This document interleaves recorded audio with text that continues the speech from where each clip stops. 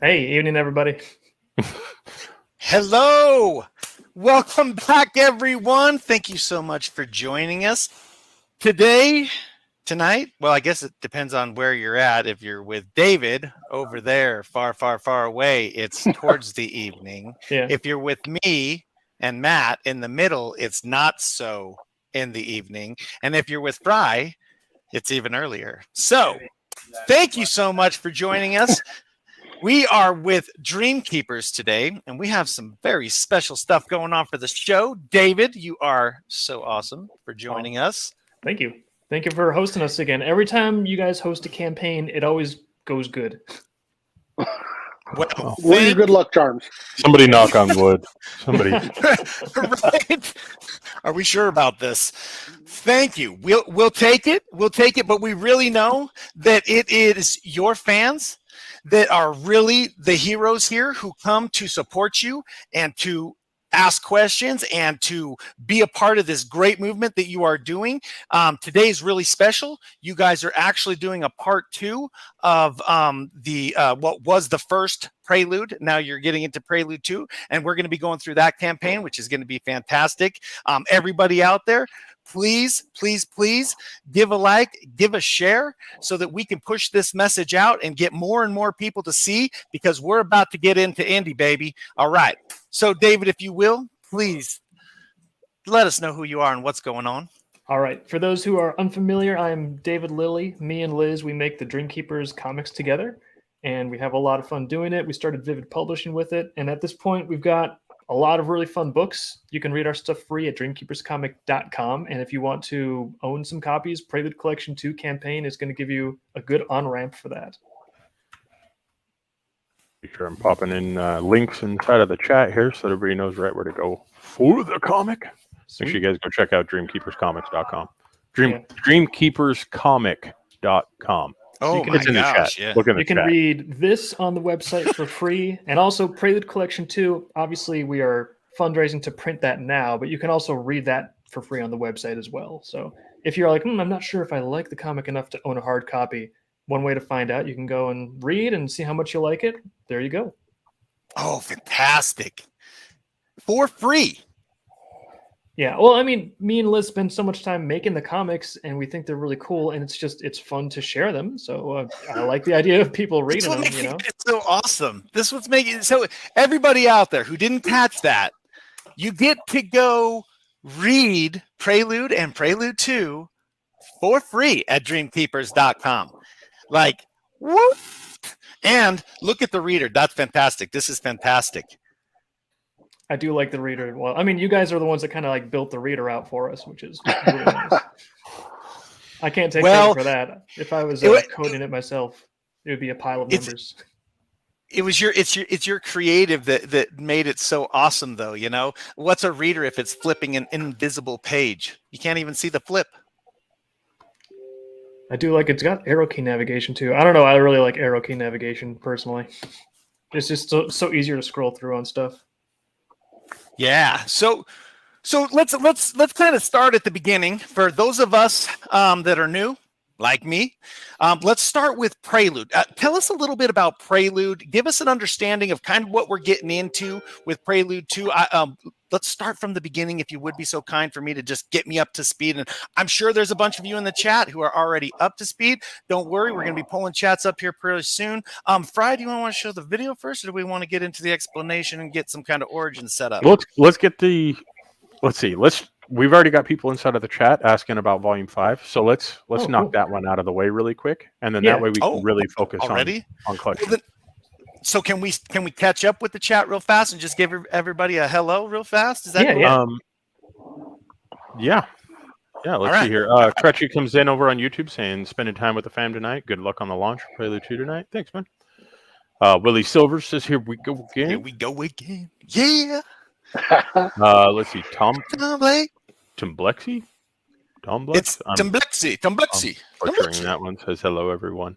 Charlie Sand comes in. What's up, Charlie? Over on YouTube saying, "Take me with you, Charlie." No. Nick comes in saying, "Cool. Nobody's Lucia says hello. How's everyone doing this Friday and Saturday? Weird seeing you live on a Saturday, but cool." When David Lilly asked us if we want to do a stream, we just say yes. Yeah, he's like what day? Any day. Vivid is in here saying, "Hey." Vivid, how is Vivid in the chat?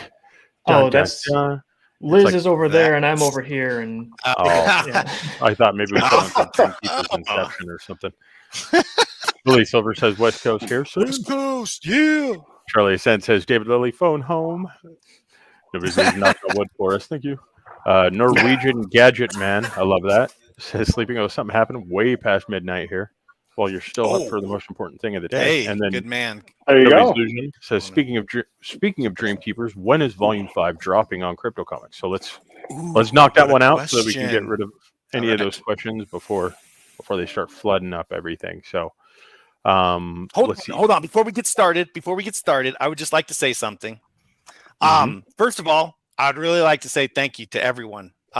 You guys have been super patient with us, and we certainly appreciate it. It has been a hard road.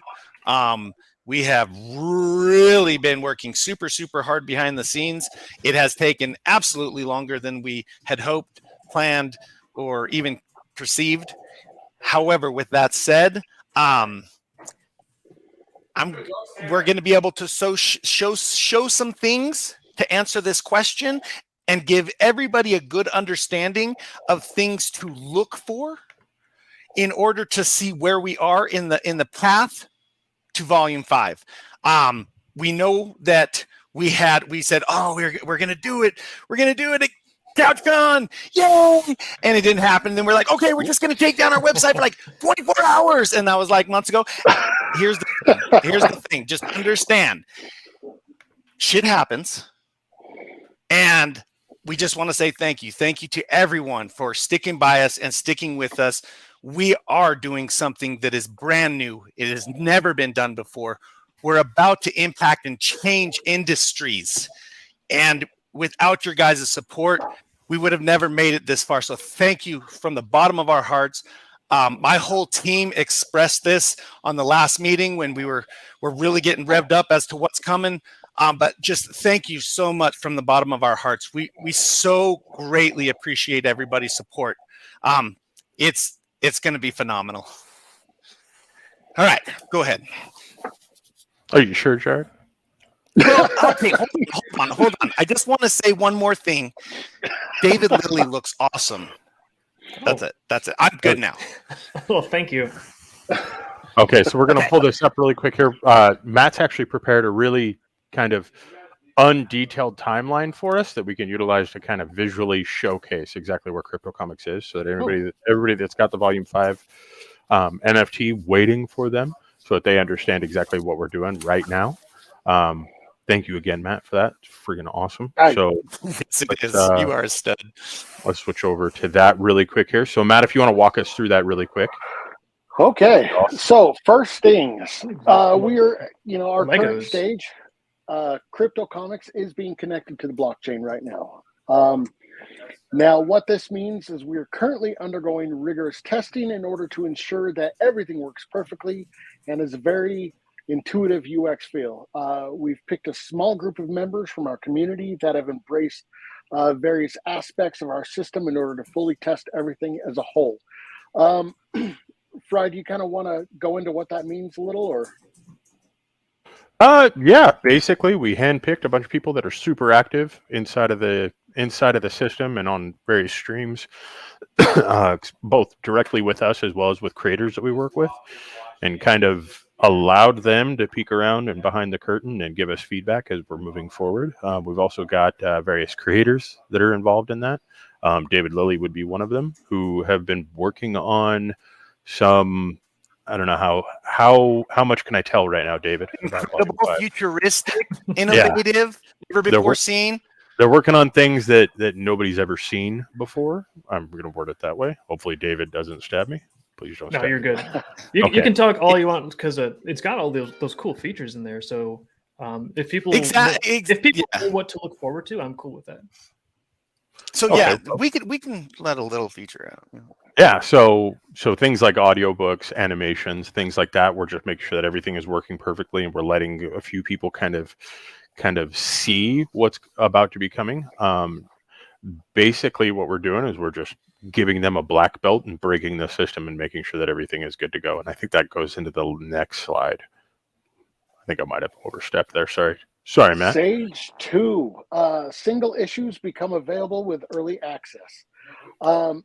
We will slowly roll out various issues to the public in order to ensure that everything works properly with the general public and that nothing breaks.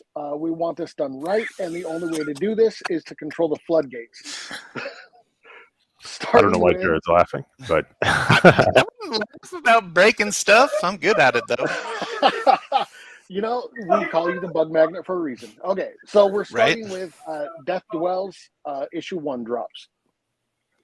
So, what this means, the absolutely fantastic Death Dwells will be dropping, or will be dropped to campaign backers as the first Crypto Comics NFT.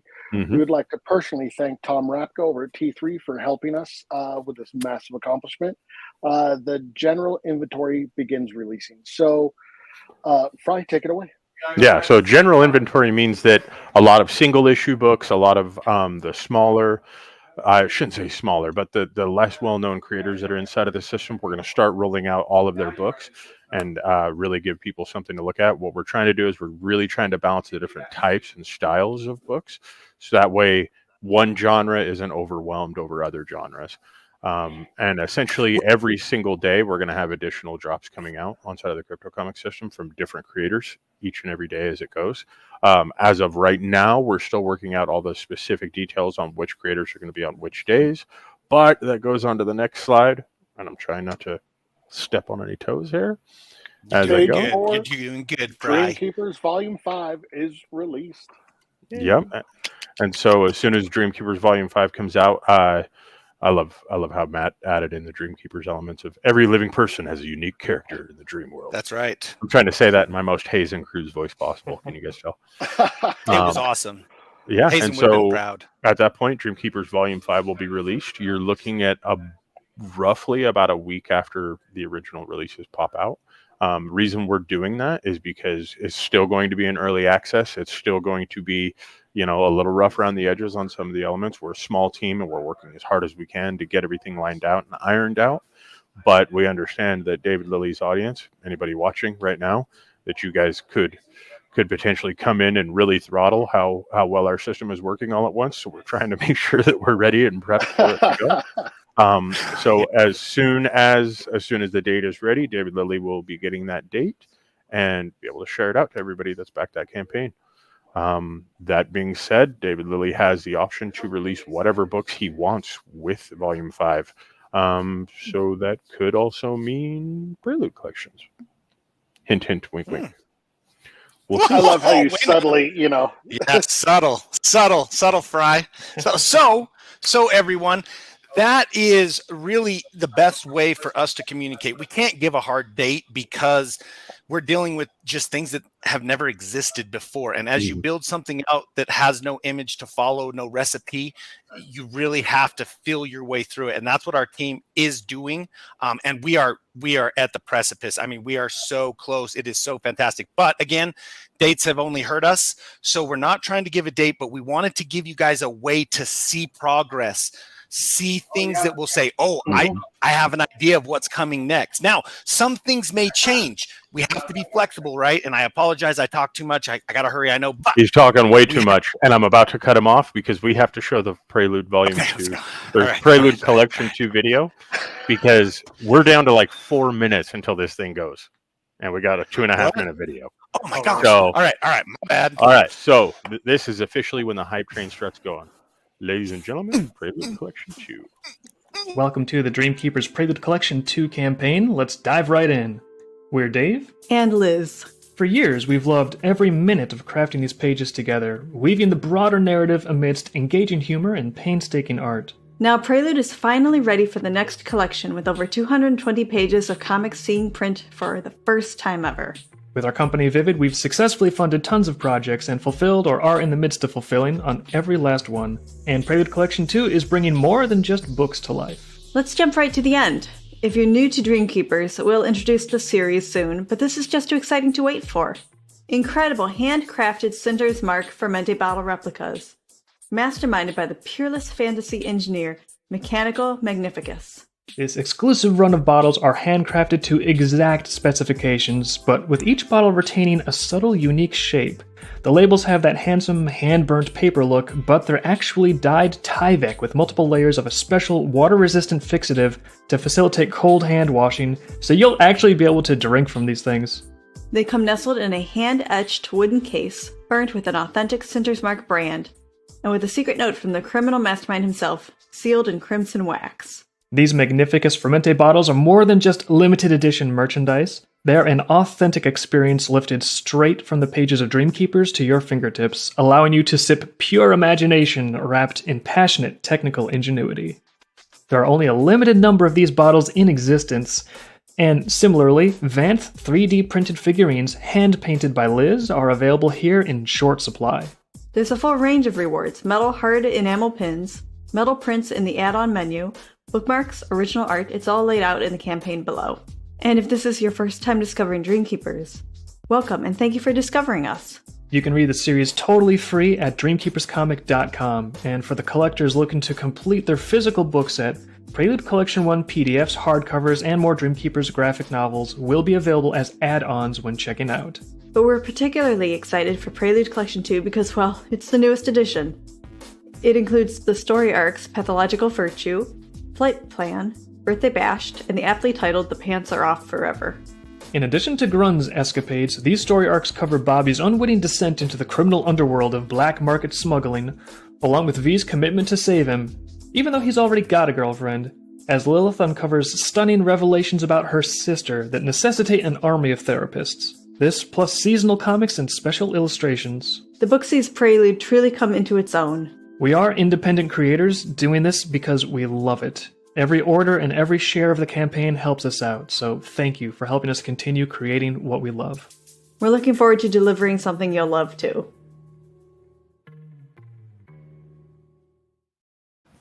Right there, stop. Dun dun Dang. dun dun dun. Did those Dang, bottles dude. look so sick, David? I know. Real? And it looks That was like... some great CGI. No, they're real. I got one right next to me. Actually, I'll pull it out in a second, but I got to be ready to go live right at 7. Cause Okay, hold on. Let's. I got a better idea. Let's wait. Drum roll. Can you hear it? Can you hear that? I can hear Wait. a little drum roll. That's It weird. looks like 7 o'clock just happened. I'm hitting the launch button. Let's see if there's like, oh, you forgot to subscribe to McDonald's Plus or whatever.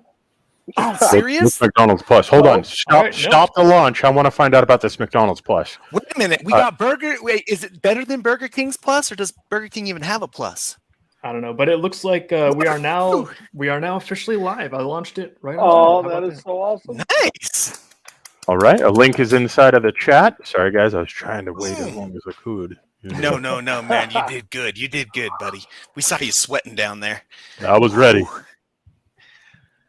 Whoa. This is gonna be awesome. Everybody take a screenshot at 0 because historically You ain't that's gonna see changed that again. dramatically quickly.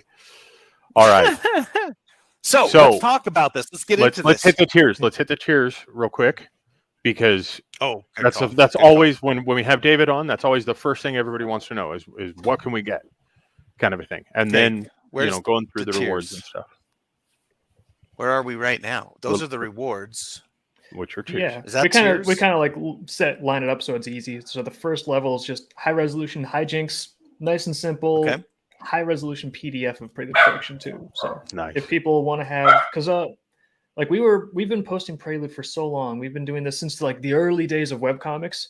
So it's all Okay. free to read on our website, but a lot of the comics are actually low resolution because it's from an older format of website that we were using. So if you want, if you want to read it, but you want it to be like really sharp, you want to be able to zoom in, the PDF is available at level 1. Yeah, your guys' high res is what made our reader so bad A's. I broke it. I know. He's not lying. It did break it once. Yeah, David Lilly did break the reader once. We had to do a full code update. breaking things is my specialty. Let's see if I don't want to break anything tonight though. So that's the second perk, light liftoff. Basically, if you just want to get a copy of the first edition Prelude Collection 2, that's the one you pick, and it'll be a lot like this, except Collection 2 instead of Collection 1. So that is light liftoff. And I will point out, if we hit some of our stretch goals, we're going to be able to add special effects to the printing on the covers. Much like we did with Volume 1, you can see there's like all this shiny foil and stamping and stuff like that. So if we can get some stretch goals, Prelude Collection 2 will become prettier. Dude, I love that foil. I love that foil. That foil look is so Me too. fantastic. Ever since I was a kid, like I would collect the Pogs that had like that shiny foil. I like the shiny stuff, and I still do. Level 3, Shiny. and you can see there's little pictures of like the stuff that you would get included from the previous tiers, so that way people aren't confused. Level 3, your book comes actually signed by me and Liz, so you're not just getting a first edition hardcover. You're getting a first edition hardcover that me and Liz, the creators and the artists, like we've signed it up for you. And you also get a glossy print that we sign. It might be a different design. We haven't settled on the print design. That's just like a mock-up of what it looks like when we sign a thing. And also a new bookmark. And that's, again, a placeholder image. We're going to do a new illustration of V and Bobby for that. Okay. And then level 4. Oh, yeah, this is where it starts to get really interesting. Spark of Life. You get the PDF, Prelude Collection 2, the bookmark, signed print. And I believe at that level, your book doesn't just come signed. I think your book comes signed and with a Sharpie sketch inside of it. So just like a little Dreamkeepers character that I draw in there. And now, I've once got a sketch from you, and it was pretty awesome. So We're not every gonna show that single video. one. Yeah. Wait. So every single one of at Spark of Life has a little sketch from you. let me make sure about that. I should be. Okay, double check that. That sounds pretty freaking fantabulous. I mean, Yeah, at level Really? 4, Spark of Life, they go from being signed copies of the book to signed and Sharpie sketched copies of the book. That's awesome. Can I point one thing out before we move on to the next one, though? Mhm. You're already at $3,025. Whoa, seriously? what? Wait. Yep. We got to keep moving, or those limited edition I keep going. rewards are going to be So gone about by the the- time we even get to them. So we're not even going to get to that. So wait a minute. You got to go back. You got to go back because there was also a pin, right? Oh yeah, And there's more stuff life- in that level. Your book comes sketched. There's going to be, that's just a placeholder. That's the page enamel pin that went out to our Patreon pledge pin backers. But there's going to be a new enamel pin for this Prelude collection. So fresh design, but it'll be a hard enamel pin, shiny, fun. And then there's other stuff in that tier too. I think there's a mouse pad. And this time people were saying mouse pad quality is improved if you get like the stitching around the edge. So we found a manufacturer that can do that. We're going to get the nice, fun, awesome mouse pads. And also original art. Wow. So at that level, you will have like an actual piece of paper that is like it is the pencil drawing that we use to make the pages in the book. What?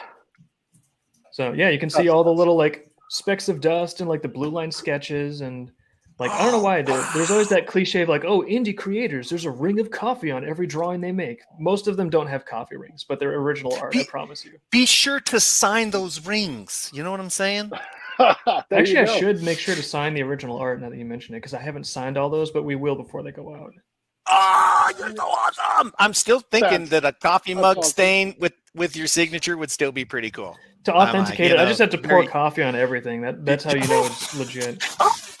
Also, at this level, there's going to be a little vinyl rubber keychain of Grigori. He's like the creature companion. Basically, he's the scapegoat of Nama. So now you have something that you can blame everything in your life on. It's very convenient. Oh, right on. I need one of those. That's why we have kids. Yeah, It's like a reward for Jared. Yeah.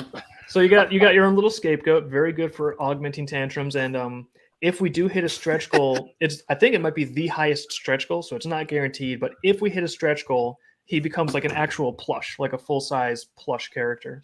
Oh, that is awesome. Wow. And then level 5. Okay. This is where it starts to get really limited because Liz can only paint so many figurines. She's not an octopus. She's got 2 hands. That's it. So, but there's going to be little hand-painted 3D printed figurines. But like, this is actually the sample. Really quick. Yeah, go full on that.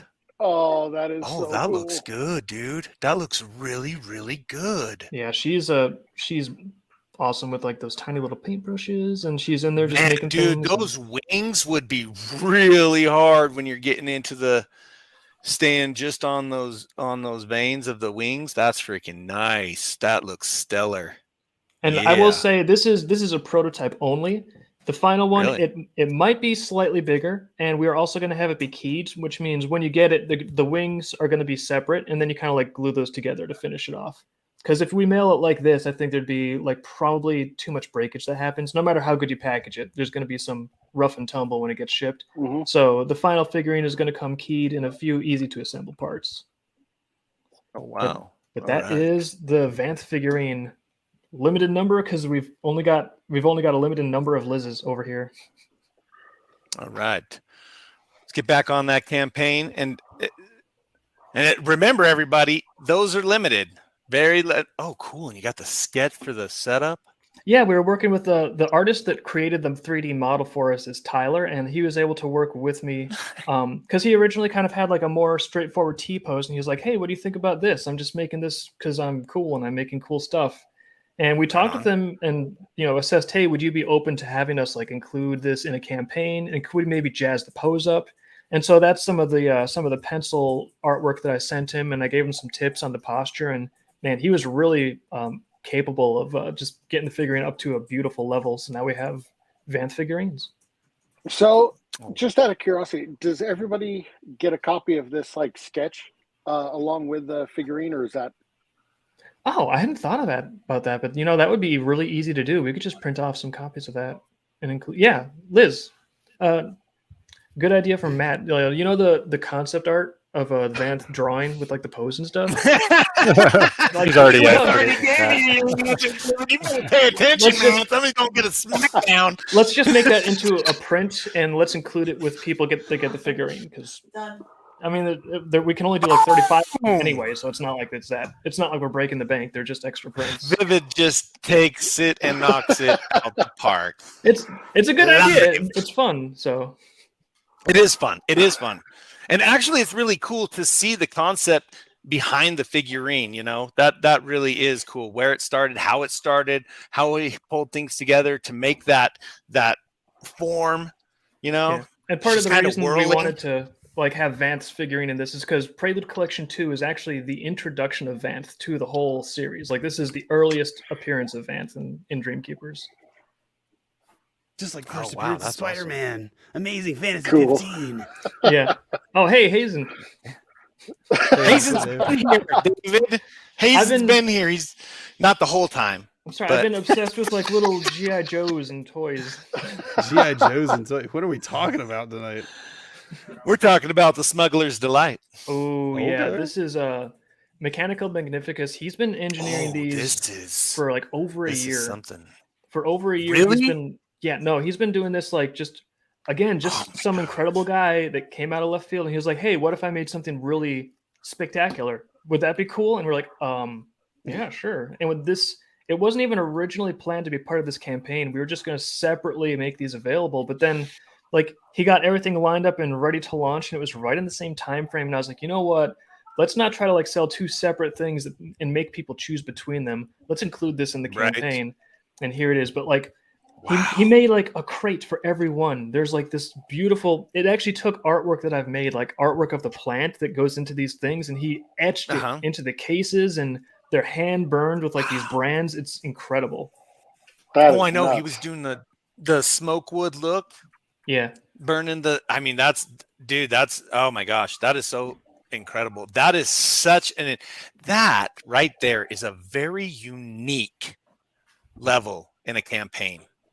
Something that's so tangible, so real. You know what I mean? Like it's you can literally own something vintage in the comic. Like I've never seen that before. Like it's coming out of the comic. And he contracted like custom glass blowers. He actually looked at the comic images, and he's like, okay, what are the specs on these? Like, what's the diameter of the base? Like, how tall are they? So he recreated these exactly from images in the comic, and they're hand blown, they're handcrafted. So each one has a little bit of personal variation. It's crazy. Just the amount of work he did behind the scenes, trying to source like the actual different colors of glass that he could use. I think we can't let people choose because it's, that would just get too crazy with logistics. But if you pick up one of these, you have a chance of getting it in amber, green, clear, or frosted glass. So there's 4 possibilities coming your way. So which one's your favorite? I got to ask. Honestly, I think the clear green looks just like really, really cool. Yeah. But I don't need another one because he gave us an early prototype here. So this is actually the actual final ones are going to be cooler than this one. This is like one of the early ones before he sourced like the final glass and got the final manufacturer. But it's so, I don't know. That is so really cool. Neat. Even like little corks that fit in the top there perfectly. And the unique aspect of having something handmade. So each one is unique. Each one is different. When you have something handmade, you can't replicate it like a machine does. Yeah. Machines can make a bunch of them. They can spit them out really, really fast, but they all look the same, follow the same shape. They follow that form. A handmade, that means every single one of these had heart and soul put into it. That's so incredible. That is such a cool tier. That is such a cool tier. That's why we had to make it like the pinnacle of the campaign, because I was like, these are the coolest things. Like I can't make these. I can't do any glass blowing or engineering or. Not me. I've seen glass blowers. He put so much detail into it too, like the engineering on the glass itself.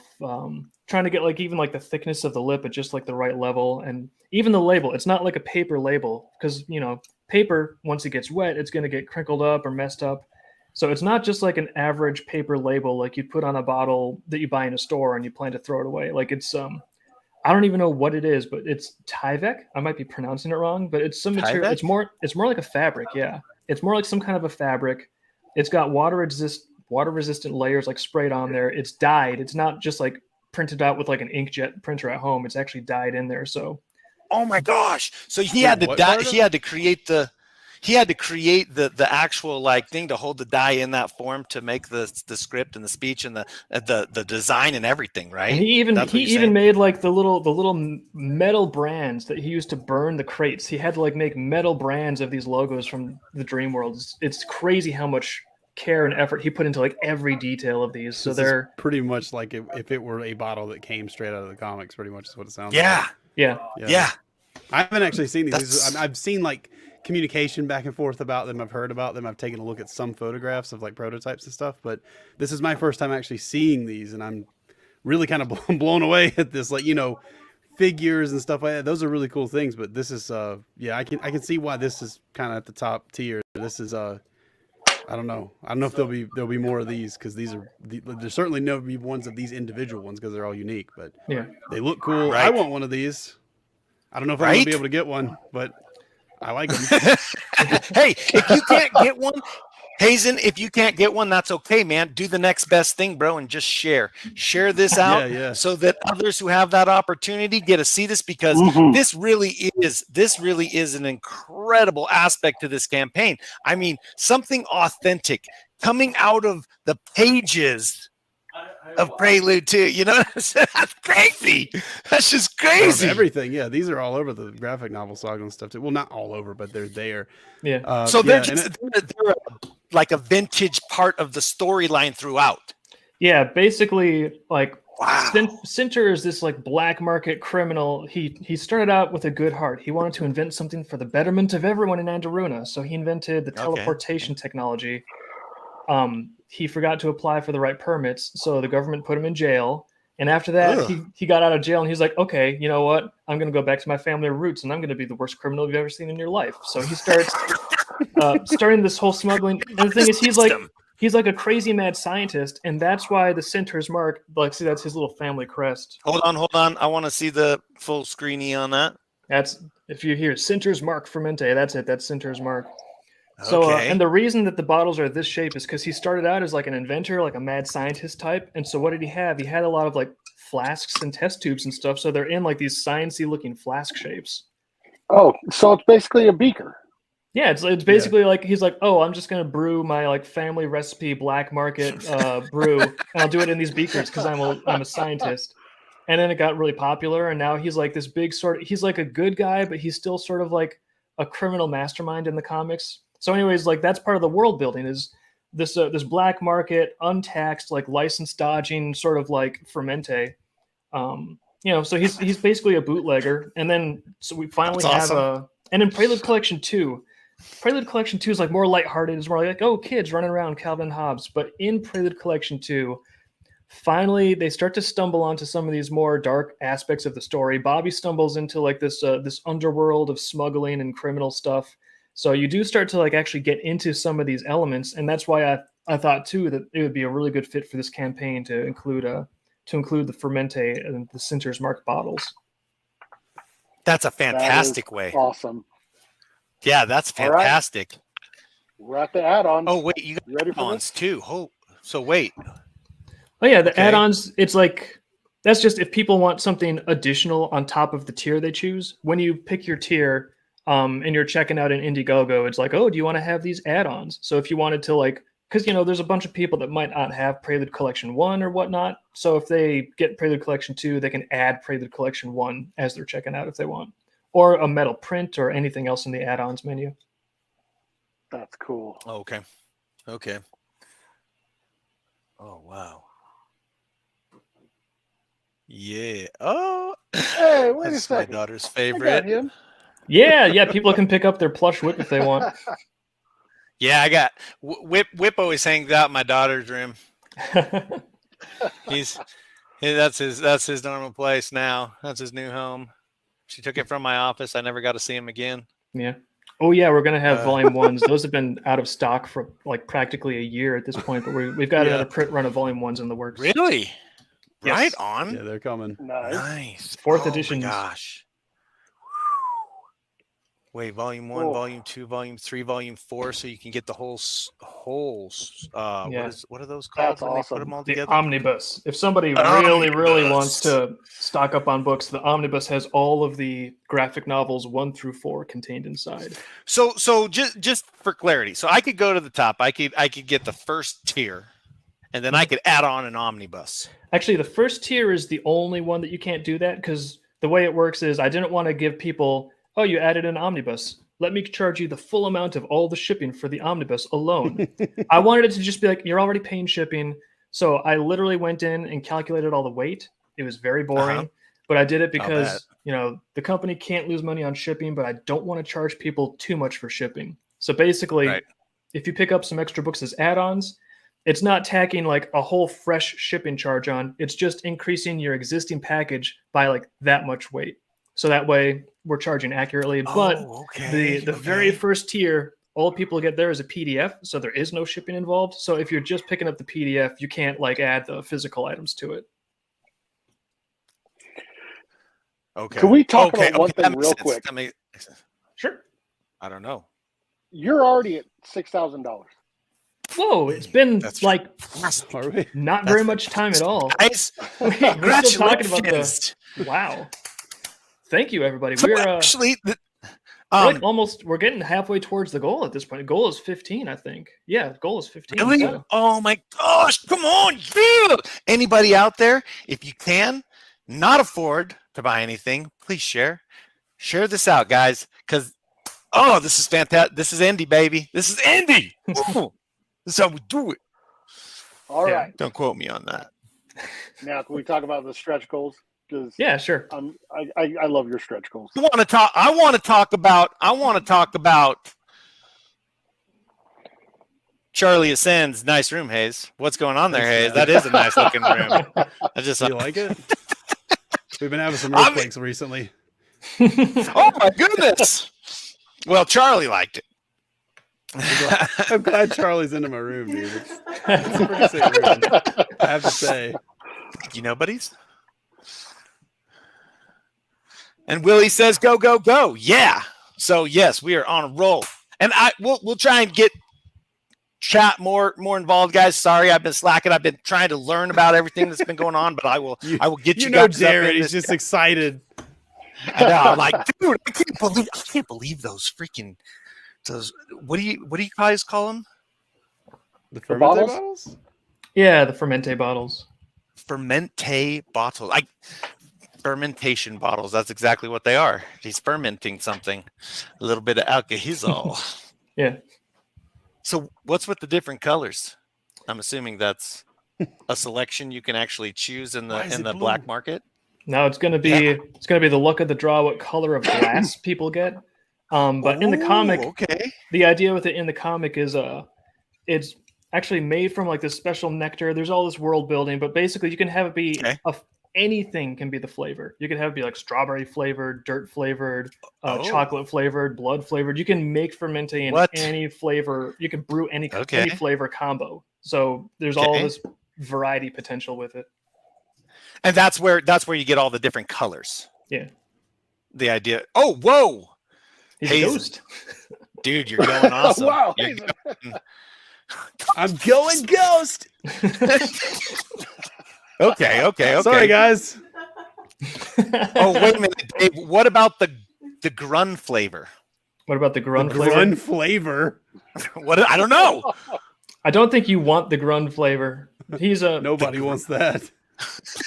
Especially if you're familiar with Grun, you'll understand that. And Grun's got some fun story stuff in Prelude Collection too. If you're a Grun fan, this is not a book to miss. The whole arc, the whole second Mason Whip Prelude arc in there, the pants are off forever. It's because Grun discovers, he suddenly realizes, you know what? I don't like wearing pants. I will stop. And so all the characters have to figure out, okay. Grun flavor secret stretch goal. No, it's not a secret. Liz, don't you give them ideas. Giving them ideas, Liz, don't do that. Sounds fishy to me. Yeah, it smells pretty fishy too. I bet it smells fishy too.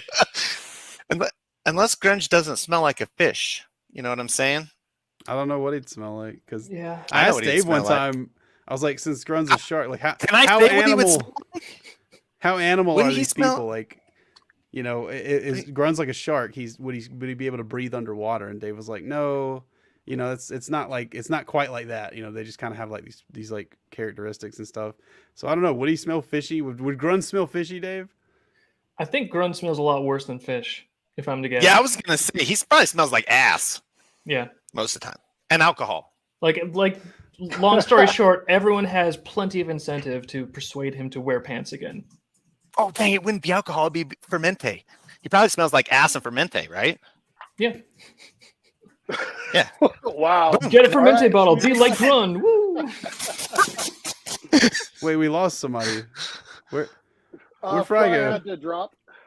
You just barely noticed, Hazen? Dude, he's like you, I'm man. sorry. In and out.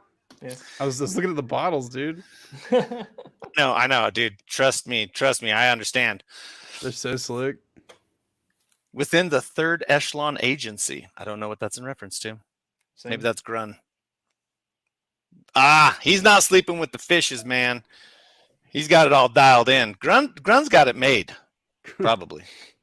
You can't Well, handle Grun. He's me and Liz were talking about him the other day. It's just like he became more popular than we were expecting, but we think it's because he's so simple and relatable. Like he just hates children and wants to drink and look at porn and be left alone. Just very simple desires.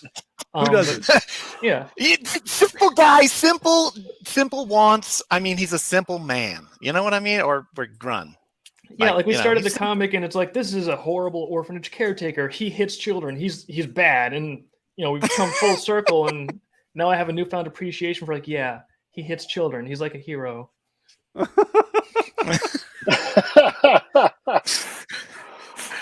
I think you're gone a little awry with your antagonist idea. No. Yeah.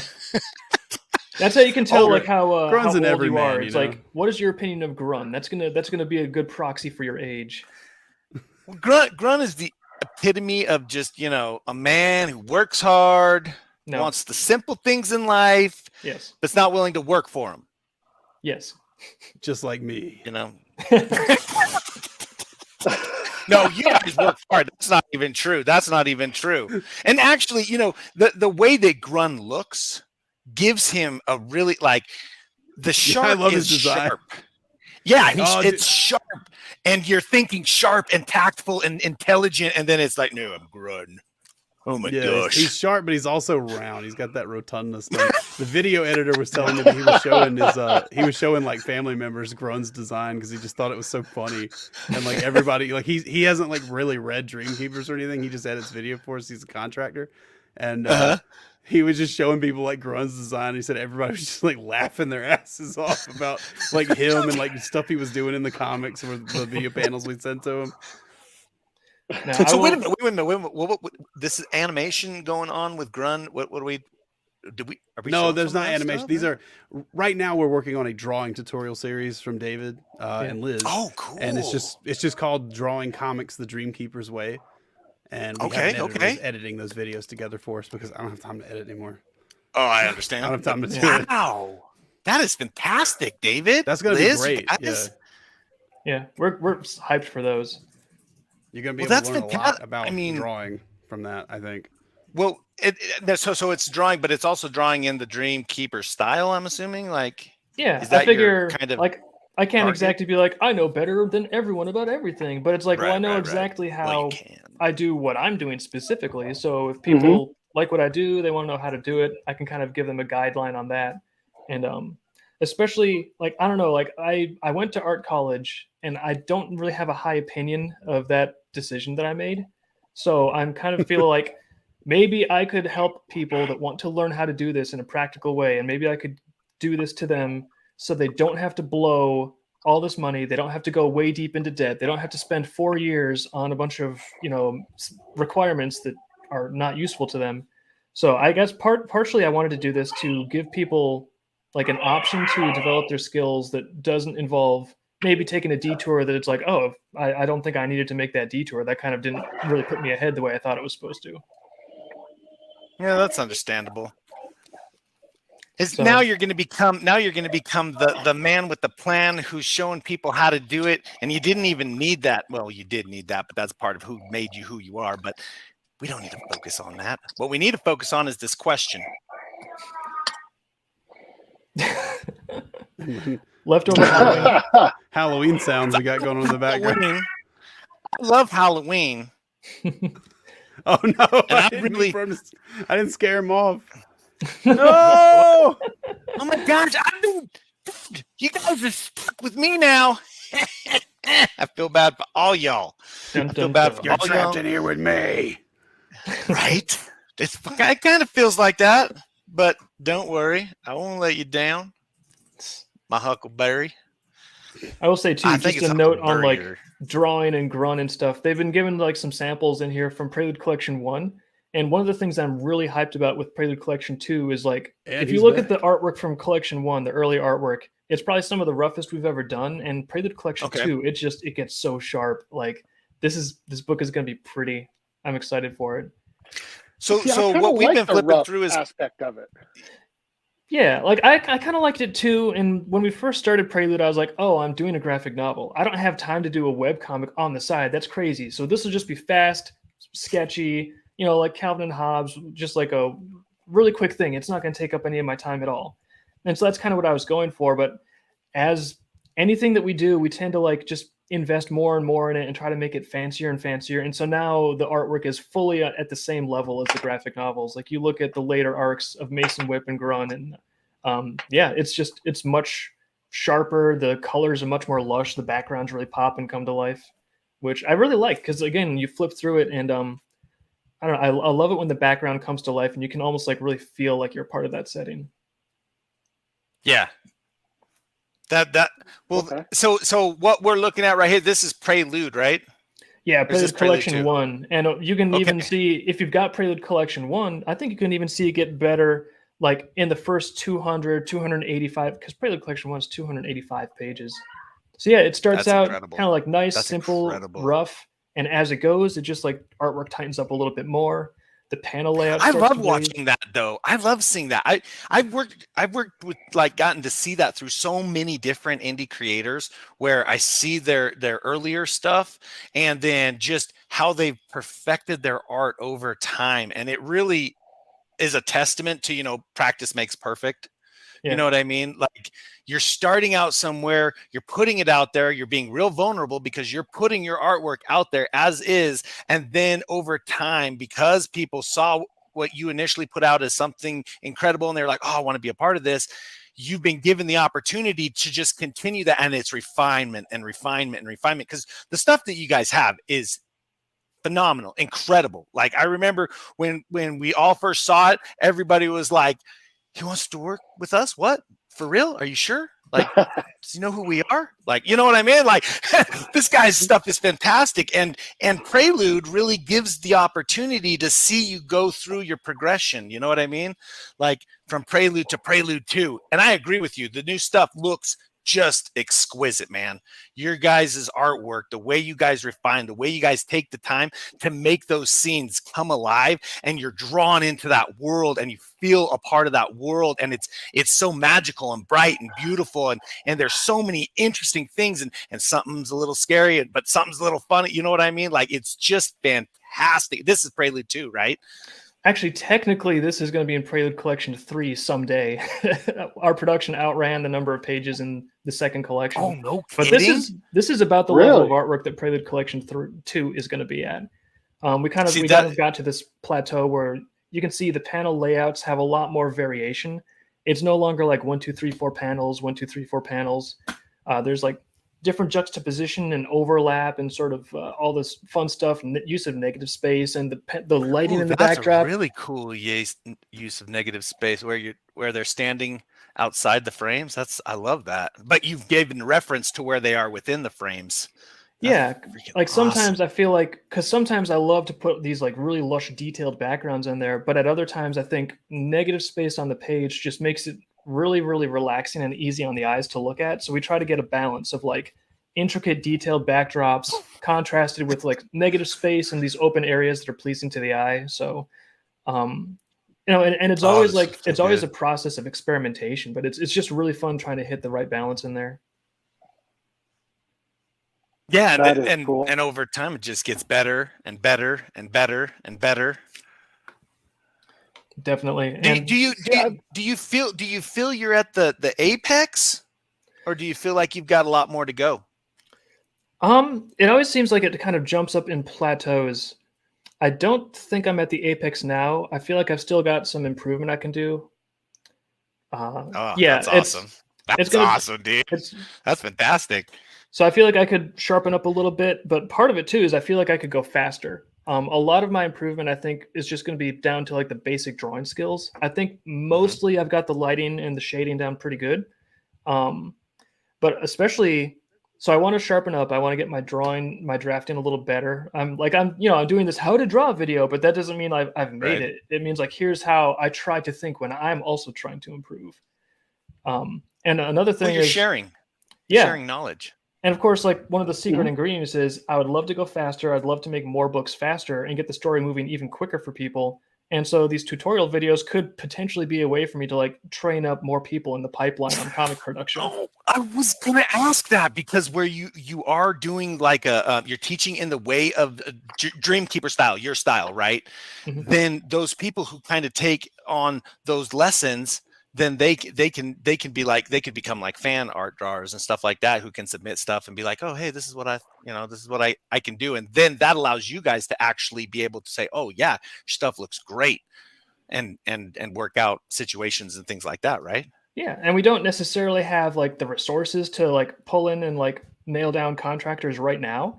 Right. Well, not like necessarily in the art pipeline, but we're kind of moving that direction. Like Hazen is saying, even when it comes to video editing, we're starting to like have some people that we just bump shoulders with that are extremely talented, and they're able to like work with us at something that we all agree on that works for everybody. And so our production output is slowly increasing in scope, even with stuff like some animated things in the pipeline right now. Oh, that's so cool. I don't That want is to talk awesome. too much about like boring logistics stuff, but yeah, I mean, Uh-huh. the goal for the last 3 years was to kind of get things oiled here in the machine of Vivid, and so that authors and creators can focus on creating their content, including Dave and Liz. And we have contractors that do all this other stuff that is just like supplementary to that supportive kind of stuff. So at first I was taking on all those supportive roles, but now we're in a position where we have a lot of other talent that's here helping us get that Oh, done. that's fantastic. You know, that's the next step. And as you're moving through steps, then the hardest step is duplicating yourself. You know, Even a small part of yourself, yeah. Mm-hmm. Yeah, because you want it done right, you're going to do it yourself, you know, and that's how you know it's going to get done right. And to give that responsibility and that to someone else, that's a huge struggle for most people, and most people can't even make it past it. Yeah. So excellent, guys. Excellent. That is so fantastic to hear. It's hard even like trusting people who are very, very skilled at things to do them the way you would have done them yourself. And you know, that's not to say we need everything done. I don't need videos edited the way I would have edited them. I just need them edited. I just need them edited well. I need them edited in a way that's easy to watch, easy to digest, it's entertaining. Like there's some jokes and stuff for you guys in there in the tutorial videos and everything too. I'm really excited about those. I mean, I'm excited about Prelude too, of course, but the tutorial series, I really think that's going to be very helpful to people, because there's a lot of these little steps in art that I'm not an artist, but like there's a lot of these little tiny steps in art that just become like second nature when you do art for a while. So when you're telling someone how to do art, typically you don't get that kind of instruction from people. They don't tell you like, yeah, these things, then you start with these kinds of shapes, and this might be better for this kind of design. That's all like in their head, so like ingrained that they don't think to relay that information to somebody they're teaching. But based on what I've seen from the scripts and the recorded video we've already edited, David's doing a lot of that. So by the end of those videos, if you sit there and watch those a couple times and like, you know, actually like draw along with some of the stuff, like you'll probably end up seeing like visible improvement in your art skills. Yeah, developing skill. Where will we be able to find these videos? YouTube. Yep, just on our YouTube. Yeah, the Vivid Publishing YouTube channel, which will link. Nice. We have a link to that somewhere. I'm sure. I hope we do. Well, while you're looking for that, I'm going to catch up on on chat, which I missed a bunch, but there's one I've got to come back to because somebody asked me a question, and I'll find it. Just give me a second. First, I want to say that's right. It was my show. Here, let me show you. It still is my show. Yeah, I can just take them off, just I will, and then I can bring them back on, and then I can take them off. That is power. That is true power. So yes, it is my show. Thank you.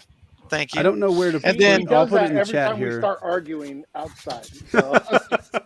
He does that standing right in front of you. They say if you're having a hard time, it takes about 20 minutes to get over it, so you can start talking again. So I just, turn it off. Turn it off. No, I'm just kidding. Oh, here comes Fry again. Oh yeah. Then we got hello, Fry. Right. Okay. And then you're welcome, Liz. And then also, what's the campaign at? I'm at a safety meeting that I may or may not be able to. Don't tell us. We all love safety meetings, though. They're our favorite, right? Y'all know what a safety meeting is, right? Everybody loves safety. Sure. Yeah, you always hold it at 420. No, I'm just kidding. We are at $6,952. Oh my 46% gosh. of Nice. the goal. Oh, thank you, That is everybody. epic. Thank you so much. Currently 18 backers. Woohoo! Hot mom expecting Lilith. What? I don't Well, even actually, know. Lilith's comments. They were commenting Lilith's about mom stuff on the is screen. Lilith. Like, we actually do have Lilith's mom making her first appearance in Prelude Collection 2. Oh, she's in Oh, like a nice. story? Like, just a little bit in a Yes. flashback, but you do see Lilith's mom. That is a trampoline behind me. It's Why really is good there- to jump why? on a trampoline. It heals on the molecular level, so Well- it's really super good for you. Like Technically the red speaking. lights. Allegedly. Well, Go ahead, Tells Lilith, me about the red lights all the time. the reason that Lilith's mom comes up is because there's some drama that happens, and Lilith starts to figure out, like, oh, it's what me and Nama were told about our upbringing. It's not all actually accurate, and who was actually like Nama's mom and who's actually Lilith's mom. So there's like some family drama that emerges. Ah. Okay. So that's what that is in reference. Okay. Yeah. Oh, The maid spills the beans. It's always the right maid or the on. butler. Thank you, Shadow Yeah. Fox 24. You rule. Fry Yeah, comes in and- saying noise. I wanted I- to tell Shadow Fox go and ahead. everybody in the chat real quick. You know, feel free if you want to own the story to grab the omnibus, grab anything add-on you want for with the Prelude Indiegogo campaign. What are these called? Pledges. With your Yeah. pledge, you know, add on whatever you want. But if you don't want to wait for those to ship, you can go right now, dreamkeeperscomic.com, and you can click on the comic link, and you can read the graphic novel saga and everything that we have so far up of Prelude, like right now, for free. You don't need to subscribe to anything. You don't need to spend any money. You can go read it and check it out for free. Okay, hold on, everybody. I want to make sure that we reiterate this for all of you newbies that are joining us, because all those people who just heard what he said, oh, my bad, he said, and now they're jumping on because you're sharing out the link and you're like, what did he just say? You can get it for free. And you start sharing out that link everywhere. And those people are coming in right now. This is for you guys.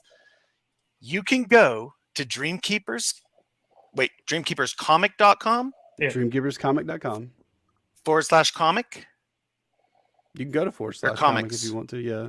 Comic Yeah. singular. No, it's plural, actually. Sorry. Comics. Yeah, comics. Okay. And you can read these books for free because these guys are the super bad AMVs who want you to just read their story and enjoy it and become a part of this awesome world with all this amazing art and amazing storytelling with fantastic characters and a wide range of characters.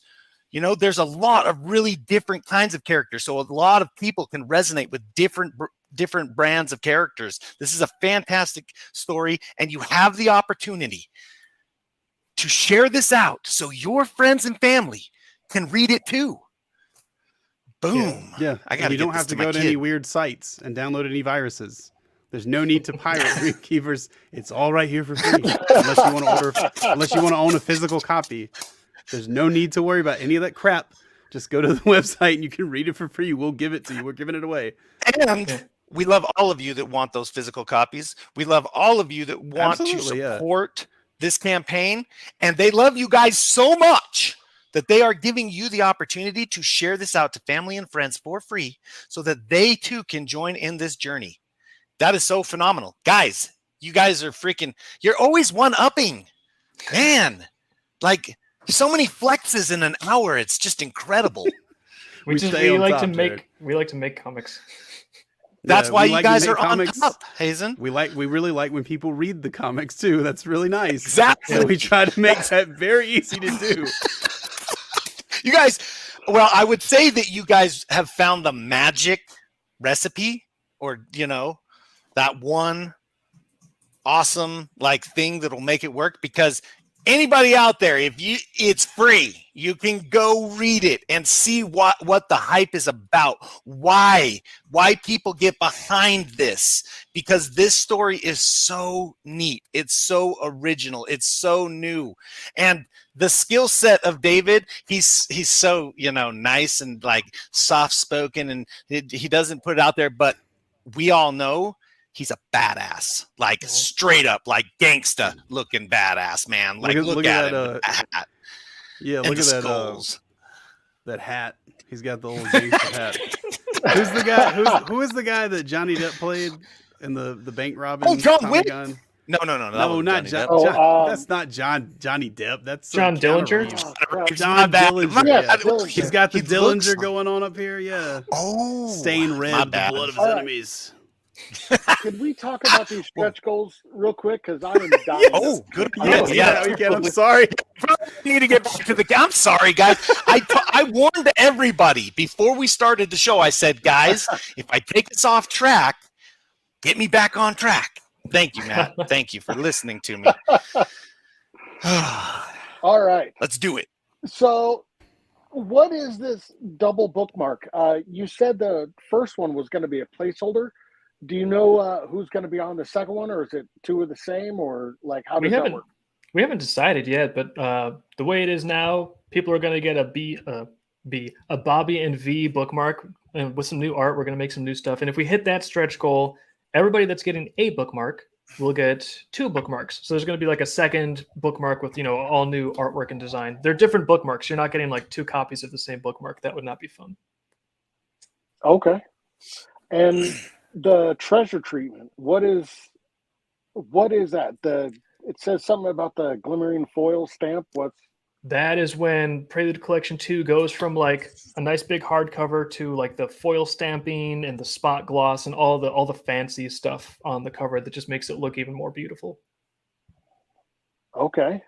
And then at 23,000, you have the double enamel pins. Yep, kind of similar with bookmarks. At that level, anybody that is getting 1 enamel pin, the new design, we're actually going to be having 2 new designs, and they're going to get obviously both of them.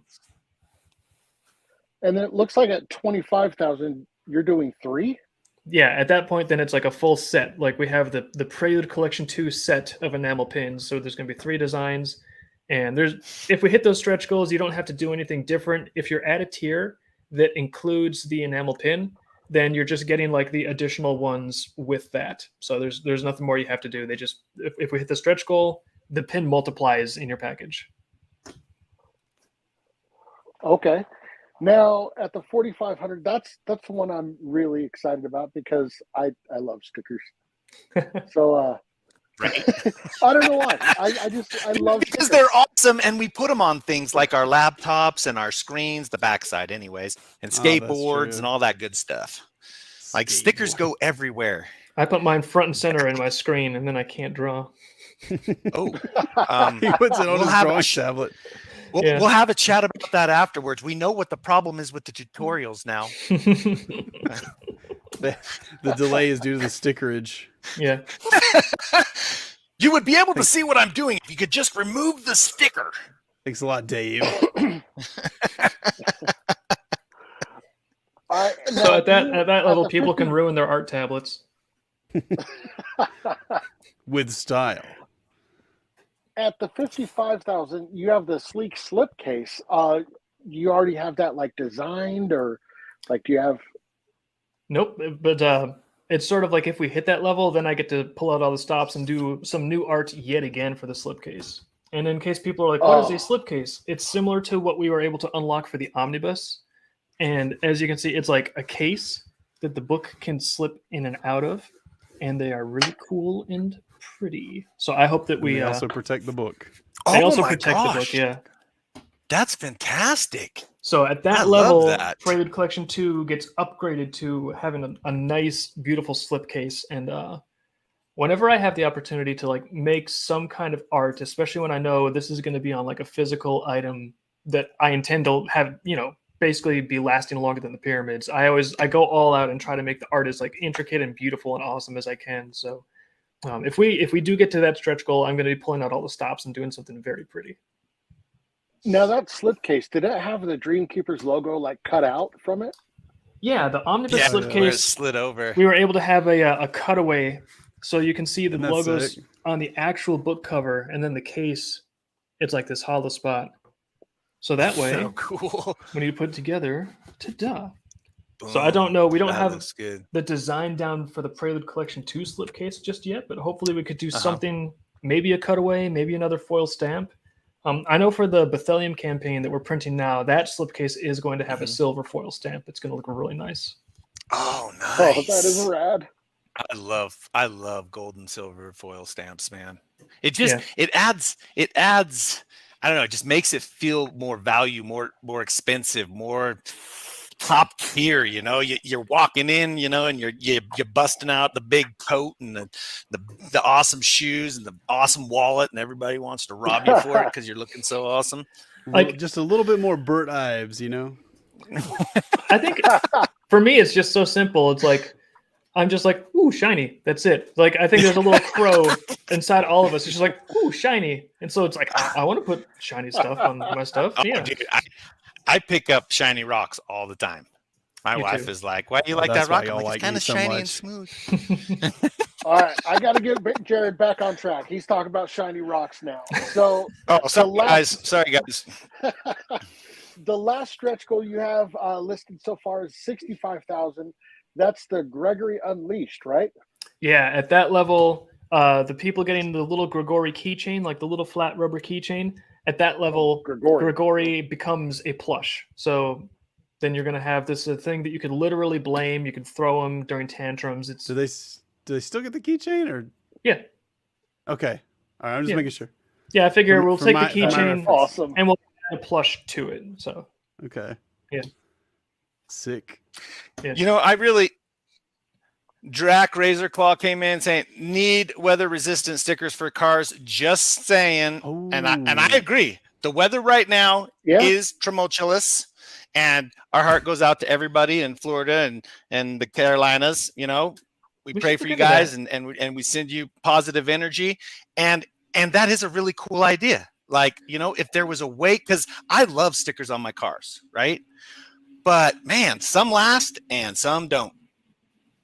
So a weatherproof Dreamkeepers sticker would be really nice to be showing off on my work car. You know what I'm saying? Yeah, we need to do some, like we should look into maybe trying to get something along those lines. Like maybe next spring we could do a sale. I was going to say, Dave, I think Mythics makes vinyls. Oh really? Vinyl stickers. Nice. So we make it talk to her. Yeah, that's a good idea because I was going to say we want to do some R&D and figure out like what's a good product that's going to hold up and be nice quality. Shine on. I shine on all the time, girl. You crazy diamond. I know. Diamond in the rough is what I'm told. Guys, you're at 7,237. Oh my gosh! Wow. Are we? Almost With 50%, guys. Yeah, 48%.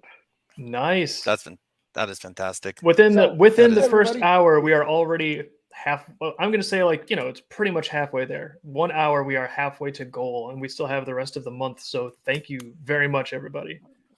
It definitely helps too. Like when we get like up this high, this fast, like more casual people that might be browsing Indiegogo when they come in, they're more likely to take a look at it if they can see that it's got a good shot at getting the goal. So this definitely helps us out a lot. Thank you very much. Real quick, Chimera Dragonfang in the chat. Can you email us vivid@vividpub.com with some examples of your work, please? Thank you. Oh, does vinyl nice. cutting? So, his yeah, like outdoor Chimera, things that last. Apparently, yeah. Sweet. That might be cool. Yes. Oh, we haven't seen Chimera forever. Hi, Chimera. Yeah, I think this was the guy who did the tail making thing. Mm-hmm. That was cool. I didn't get to catch all of that, but she was bad A, dude. She was bad A. Like her stuff was so sick. Oh, okay. I belies so. I didn't notice. Yeah, I don't remember a lot about CouchCon. Sorry, it's kind of like blew past me. Hey, There's so much going on. I'm right?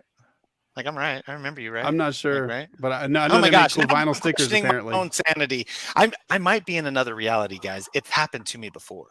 Jared's getting Mandela over here. You question your own reality. Well, that needs to happen. I never questioned Let's just face it. I never questioned it, bro. I was completely sold, bro. I wasn't questioning anything. I was like, I must be in reality. He's like DiCaprio in that was it Inception movie? Yeah. He's sure that top's gonna fall. I know any day now. Tomorrow. never comes. Just remember, everybody, tomorrow never comes. Do it today. Join today, subscribe today, like today, share today, and back today. Because these guys are bringing something special, something really special. Actually, the amount of stuff that they're doing with this campaign, so incredible, guys. I mean, really, you guys have quite a history, you know what I mean? Like you've done really successful campaigns. You've brought other campaigns to the table and made them successful, but you're always constantly bringing that something fresh, something new, man.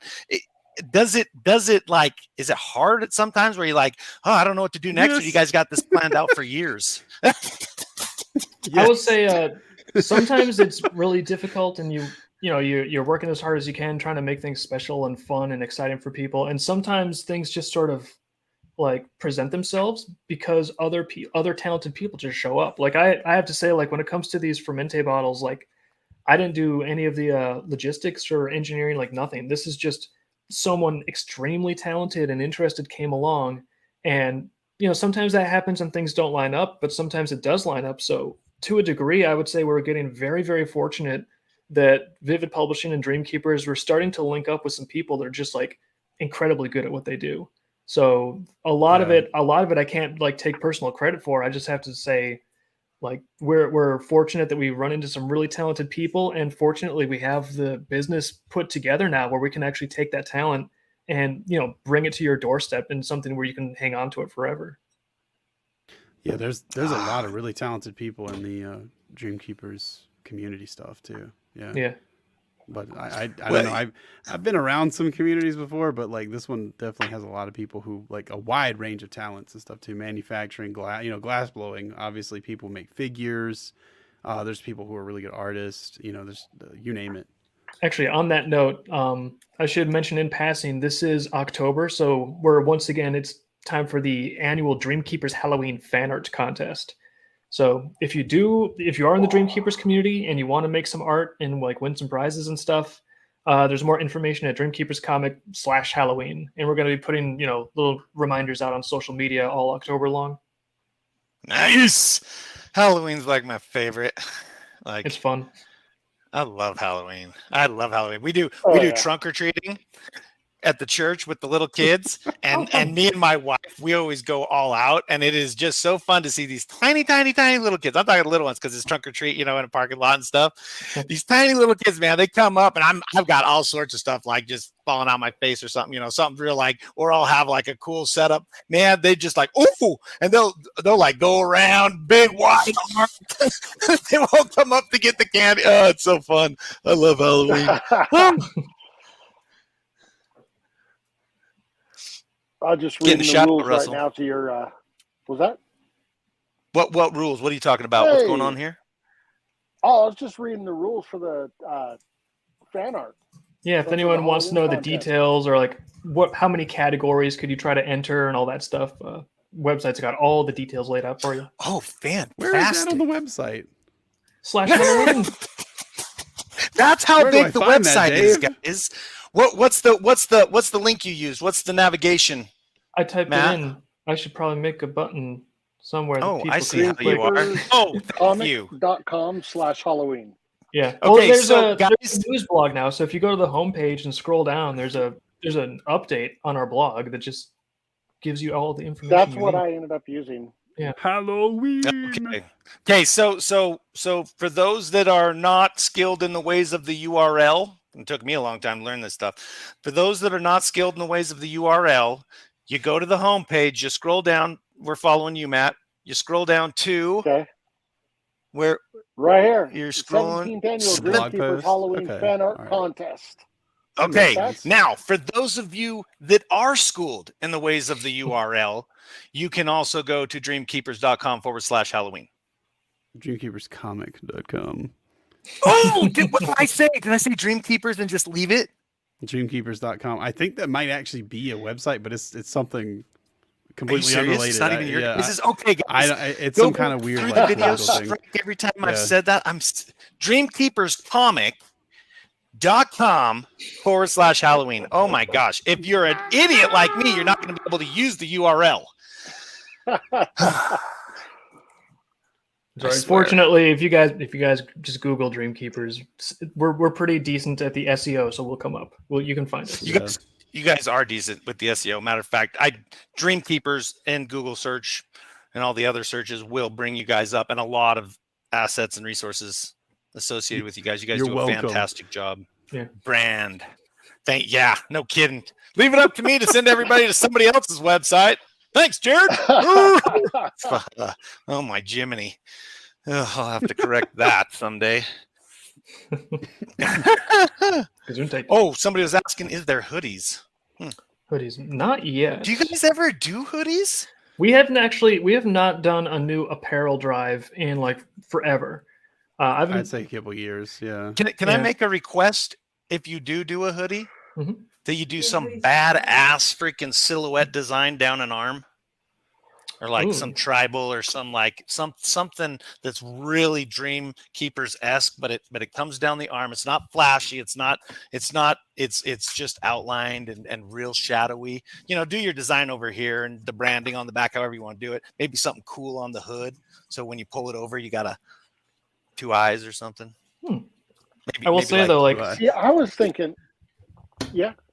If people are interested in like hoodies or shirts or something, it does help to like kind of let us know what would you like, because we are like a little tiny business, so we can't necessarily spend a lot of like our time designing and putting things together, and much less like money manufacturing things, unless we know, oh, do people actually want this? Because we can't just like make stuff that no one's interested in. So if you are interested in something, it actually helps us a lot to know that, because now I have it in my head, hey, we might want to consider like car stickers. Maybe we want to consider another apparel drive at some point if enough other people are interested in like hoodies and shirts. Whoa, here's another cool faction hoodies. Yeah, like we don't have any faction themed apparel at all. So this is just something, it's helpful for us to know, like, what are you guys interested in? So obviously for this Prelude Collection 2 campaign, like, we're not going to be changing that around drastically because it's like late in the game. I don't want to be unpredictable, but this just kind of helps us maybe even plan out the next, the next season of what do we want to maybe focus on. Yeah. We're not changing nothing. See, I took us right off the rails, went into visionary stuff. I'm sorry, guys. This is what happens when you let me talk. Oh, whoops. See, I'm thinking of stuff, that you could do with the jackets too. Like, instead of doing the wording, you have whip kind of holding onto your arm. Oh, that's fun. I know where whip is floating around and stuff. I know. See, there's so many cool ideas. The apparel thing is good, but I have a question I meant to ask earlier, David. So say people do want to give you guys these suggestions. Where do they go to make these suggestions? Just the website's probably the best place. If you go to the website, there's like little contact pages down there, and that goes to vivid@vividpub.com, which is the official email. And actually, we were even talking just about this last night on stream, because Hazen cracked open like the Twitter, and he was like, "Dave, there's DMs here, piles of DMs. I blew the dust off. There's people under here, Dave. There's people trying to talk to you." And I'm like, "I've left them, Hazen. I left them all so long ago."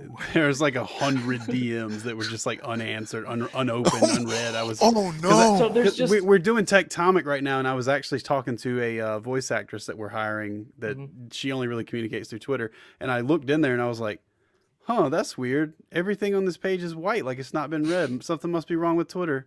And then I scrolled down like 100 of these, and I just looked through all of them, and suddenly I get like 2 years ago, there's like red things that look different, and I was like, "Oh no!" So the moral of the story is, it's enough for us just to try to keep up on emails and customer service and manufacturing. So the additional like task of keeping in touch with DMs on like, DMs on Fur Affinity and Twitter and like Minds and like ArtStation, and like there's so many accounts that we cross post on. If you want to get in touch with us, it's almost certainly going to go into the void if you message us on like Facebook or something. So just go to those website contact forms. That's our lifeline. And in there, when everything goes to the correct email, we'll get stuff within like a week or two, and it's all good. It doesn't get lost there. Yeah, that's what I've been telling people too. And we've unfortunately had to shut down DMs anywhere that we can do it, just because there's just no way we can check all these things. Like, we have so much stuff going on and so many people trying to contact us that I'm not like, at the risk of sounding like an asshole, like there's just a lot of people who like Dreamkeepers that want to like help us out or talk to us about something. We have to have it all in one place. Email's the easiest place to keep everything archived and Organized. a record of things. Yeah. Like, for instance, if we have a customer service issue, somebody contacts us and says, "Hey, I tried to apply this coupon code and it didn't work." And then like, okay, well, one person has that issue. Well, now we can all see that. That way, if we have somebody else come in and they have the same issue, we can see like, is this something everybody's experiencing? Is this somebody just like, is this some kind of glitch to do with like something to do on these people's accounts? It makes it, we're able to solve issues a lot quicker that way. Again, boring logistics stuff for business, but I'm just trying to kind of explain like why we can't really be expected to answer like Twitter DMs, Telegram DMs, Facebook DMs, Minds DMs, all this stuff. Like there's no way we can keep up with it, guys. I'm sorry, but we will get around to answering you if you send us emails. I promise you that. Yeah. And that's really true. It's not something you can really understand unless you're dealing with a lot of influx of communication, because in order to give each person respect, you got to read through that message. You got to take the time, gather all the information together to give them a decent reply. And when you have multiple channels coming at you, it's unmanageable is what it is. But if you have one direct funnel, you can actually take those issues and then you can group them. Say, oh, we're dealing with one issue and all 5 of these people have the same answer. Fantastic. Now we can get that answer out to them.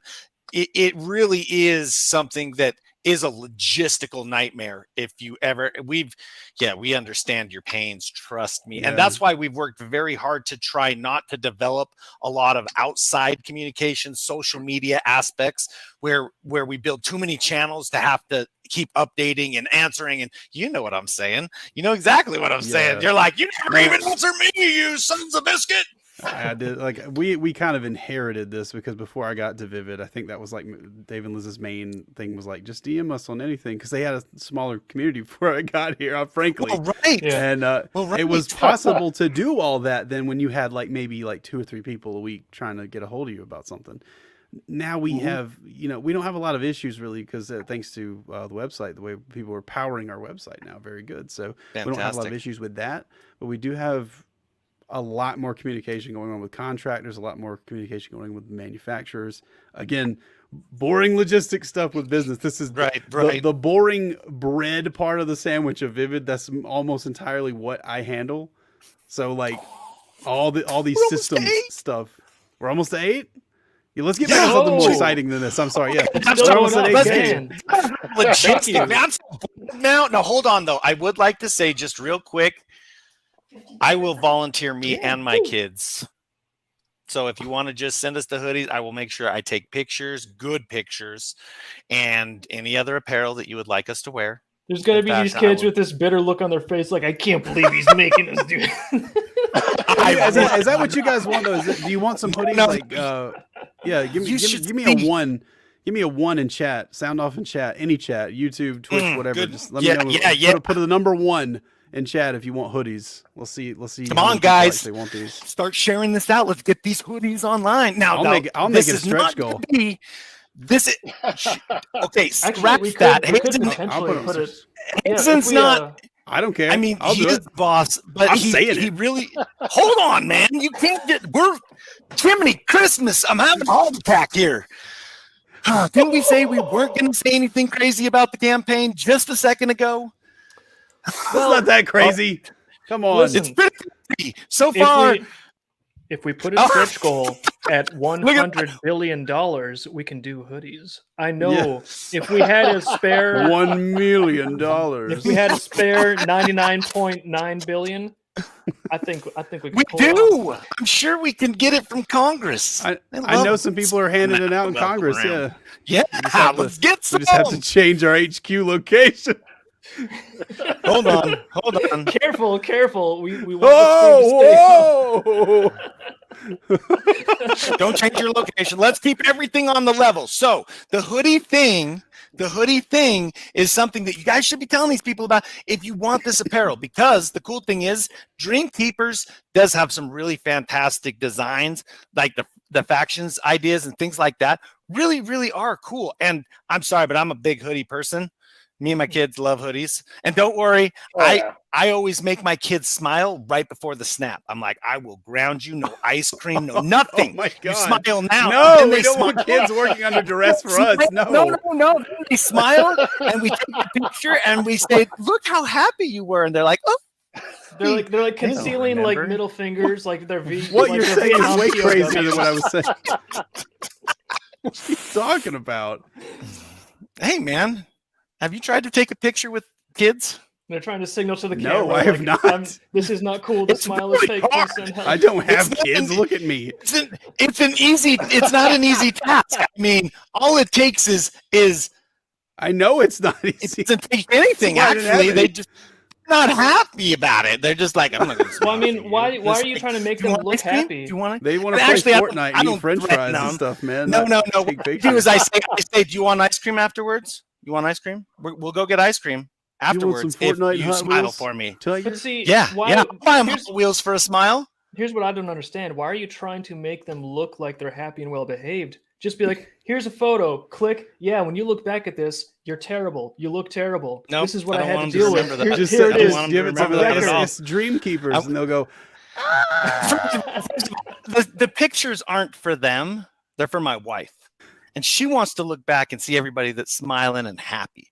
And I mean, want her to be happy because a happy wife is a happy life. You know, in my AI book. can kind of like just fix the photos for you now, right? You can take a photo of your kids just like punching each other in the face, pulling each other's What? hair, Serious? screaming. Press like an AI button, and they're gonna look like little cherubs. They'll probably be in like little like. Yeah, just Finally. the AI things. Kids wearing I'm- Dreamkeepers hoodie. Finally, my AI gods have Stock saved photo. me from having to deal with getting a smile out of my kids. They'll be Ugh, dressed this is like- truly is the future. They'll be in clogs. They'll be dressed like little Dutch children for no reason. That's just what the AI learned. It's like, oh, happy children, they're Dutch. There you go. Well, the Dutch are pretty happy. They're rich, Are from they? what I hear. I think so. They have the Dutch bank, don't they? I mean, doesn't Dutch every World country Bank? have a Are bank? you Does thinking about anybody know the Swiss? answer to this question? Aren't the Dutch rich people? Tell us in the comments. I'm pretty sure I'm right. Oh boy. I don't know about that. All wealthy Dutch sound off in the comments. I hear their farmers are having a pretty bad time. You can Google it. I'm sure it's like, who's the happiest country? They'll be like, Dutch, Netherlands. Maybe The Dutch. the dude. The dude. I know they make some pretty All good right. food. Yeah. Over Ice there in cream Dutch- works, Charlie. Deutschland. Ice cream Deutschland. is fantastic. All right. I gotta go back to this real quick. Namo requires sherbet. Yes. So, That's You an would. actual line, isn't it, Dave? From Prelude? I think so. Yeah, she uses it as a bargaining chip. Yeah, that's a fun little Nama's thing. great. She's really funny. For the collection too, she's an illegitimate child. She's trying to escape confinement on this like political tower level, and she's in the elevator lobby, and the only one that can Gilded stop her cage. is Bill, and Bill's arm is broken, so he has to use the power of his mind to trick her into not getting away. Because I mean, Nama, you're supposed to sympathize with her, but you're also supposed to sympathize a little bit with Bill. He's the underdog of all the guards. You don't want him to lose his I job. like Bill. Yeah. He's always the new guy. He's always the new guy. Bill- Liz, he's like the permanent new guy. he kind of reminds me of honestly of like Beetle Bailey, just the way everybody interacts with A him. little and bit, stuff. yeah. Yeah, actually.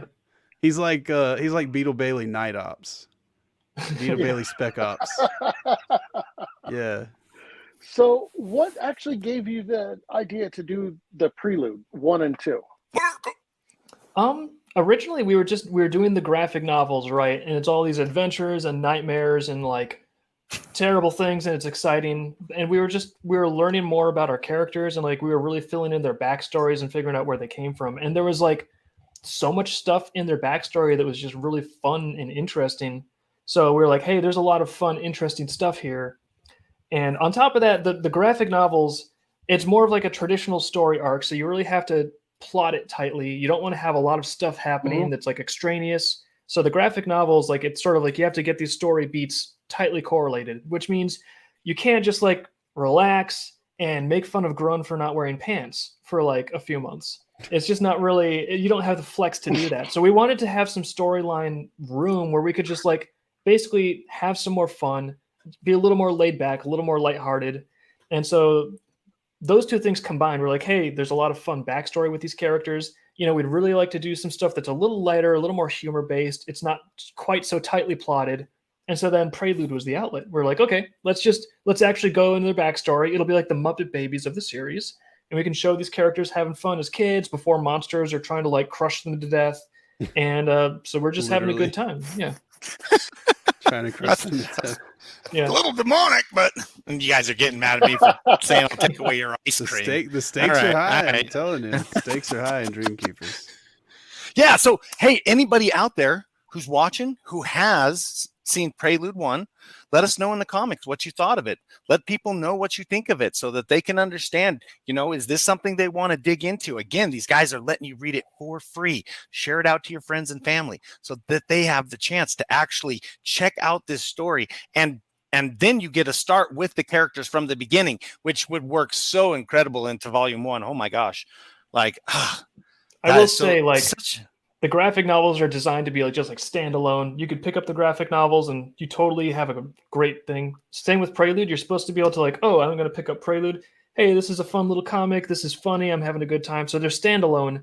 But if you are reading both of them, the plan is that they really, really enrich each other. You just understand the characters so much better. You understand the context so much more. When you know what's coming in the graphic novels, Prelude has that much more suspense in it. And when you are reading the graphic novels and you understand more about where these characters are coming from and what the ingredients are that make them who they are now, I think it's just, I don't know, there's a lot of synergies. Again, we have two standalone comics basically, but they do link together and make something where if you dive into the whole thing, it's just supposed to be a really rich, fun experience. And it is, frankly. Very nice. I haven't read a whole lot of Prelude, but it does sort of shine a light on some things. You get to see more characters. Because in the graphic novel saga, there's points where I think it's designed this way. I mean, Dave can correct me if I'm wrong. I think it's designed this way. They run into people, and there's not really an introduction. It's very minimal. It's very subtle. You do pick up on who these characters are, how they know each other a little bit, and who the dynamics between them. But there's just obviously so much more that's not spelled out. So if you read Prelude, you see oh, Bobby and V were at the orphanage when Mace was there, and that kind of stuff. So you do get to see a lot of that. You get to see a lot of what that orphanage actually is, and where things come in from and go out to. It's very interesting. So you can start with either one. Mm-hmm. But is there anything that in Prelude and Prelude 2 now is there going to be anything after Prelude 2 before Volume 1, or does Prelude 2 go right into Volume 1? Actually, Prelude itself, the whole thing goes right into Volume 1, but I'm not sure how much more Prelude there is. We're still getting through Prelude, so we're working on Prelude Collection 3 technically, if you're looking at the current comic arc. So there's a good chunk more Prelude because we're having fun, we're having humor with the characters, but there's also some major story arcs, and some characters appear and get introduced and they're there in the graphic novels. Some characters that are in Prelude are going to go away and you're going to see what happens to them. So there is some story to get through, but the plan with the series is Prelude eventually will end right where Volume 1 begins. Oh, wow. Okay. But you guys aren't sure where Prelude itself ends because you're developing out that story arc. Well, it's we have the arcs in place. We know what's going to happen. We just don't have an exact count on number of comics, that it gets subdivided into. If you're doing this as more of just world building, I mean, you could continue this even on into, Volume 1, 2, 3, and 4. Yeah, potentially. I don't know. There's just we just have a lot of world to explore, and like I said, the graphic novels, we want to make sure that it's a really, really engaging narrative-driven experience. So I don't want to have a whole lot of extra asides in the graphic novels. You kind of want the story to stay exciting and keep that momentum and keep driving forward, which is why sometimes, you introduce stuff in the graphic novel, and if it's not the focus, if it's not going to be extremely relevant to the plot or a character motivation, sometimes we just paint the broad strokes of what you need and then continue on. And Prelude, it lets us flesh things out a little more. And even at some point, people have been saying that they would really like an art book or a lore book on Dreamkeepers, and I do want to make something like that in the future too. Ideally, it'd be fun to do a big art book and people do some like role play stuff in Dreamkeepers as well. So I would like it to maybe be a dual purpose thing where, hey, it's an art book, and if we can get a role play system like established and tighten the screws on it a little bit more, we have like a rough system that we've been developing. Then maybe there could also be like numbers in the art book, so you could use it as a role play guide as well. So I don't know. That's more of like a drawing board type of thing. But that's interesting. There's just a lot of there's a lot of fun stuff to explore. Yeah, it's very rough. So there's nothing like cemented in with it. It's as rough as the game. Like the Oh video yeah, game stuff we're doing. I played D&D. I love role play. Yeah, I love that. Yeah. I think it's a cool concept. I think it's hard for people because I hear people, oh yeah, I'm gonna make a role playing game out of my whatever it is I'm doing. And I'm like, okay, have fun with that, because it takes a lot to put in and work out those details and how things can work, especially where they have powers and sets like that. To make it you'd unique have some too, like to make it not just like a clone of 5e or something. But also give it the ability to grow with the Dream Master, if you will. Ooh, the Dream Master. There's the person who's running the campaign. No, just kidding. We ain't going there, guys. We're going back to Prelude 2. Show us, Matt, where we're at. Well, before I show you that, we are at 8,149. Whoa. We are over halfway, guys. Already, we busted through the 50% mark. Thank you guys for helping us out. Seriously, thank you very much, because if you were not interested in picking these things up, we would not be able to provide them. So thank you for backing it. Thank you for helping push us closer to that threshold where we can afford a nice big print run. And thank you, even people that can't necessarily afford to jump in right now, thank you for reading and for sharing the campaign out with other people. What's this? We need to bring back Faction War. What is that? Oh yeah, I think that's the name of the system that was very rough. Yeah. Yeah. Oh, okay. Yeah. But I was gonna say, if you guys know anybody, because I'm sure there's people in here that like if you know people who like anthro stuff or like furry comics, Two Kinds, that kind of stuff, or even if you know people who like Sonic stuff. Like the current like IDW Sonic comics and stuff. I don't know why, but a lot of the Dreamkeeper stuff seems to resonate a lot with Sonic fans. So if you know people who are into that stuff, especially like maybe just show them some of the artwork or something on the website of this, because I don't know, people like that seem to really get something out of this. So even if they don't get anything from the Indiegogo, they'll at least have some new cool thing they can check out that might like brighten their life up a little bit. Yeah.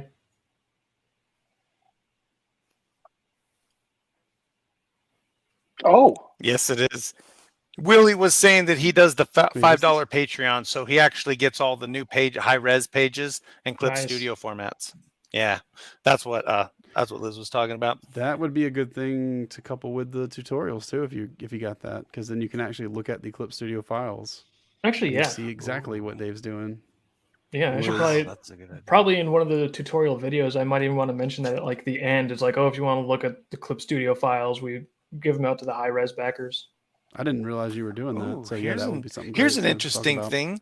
Yeah. I always thought Dreamkeepers resonated a lot from Star Wars Legends styled inspiration with Halo powers similar to the Jedi Force abilities. That's an interesting way. That's definitely an interesting perspective.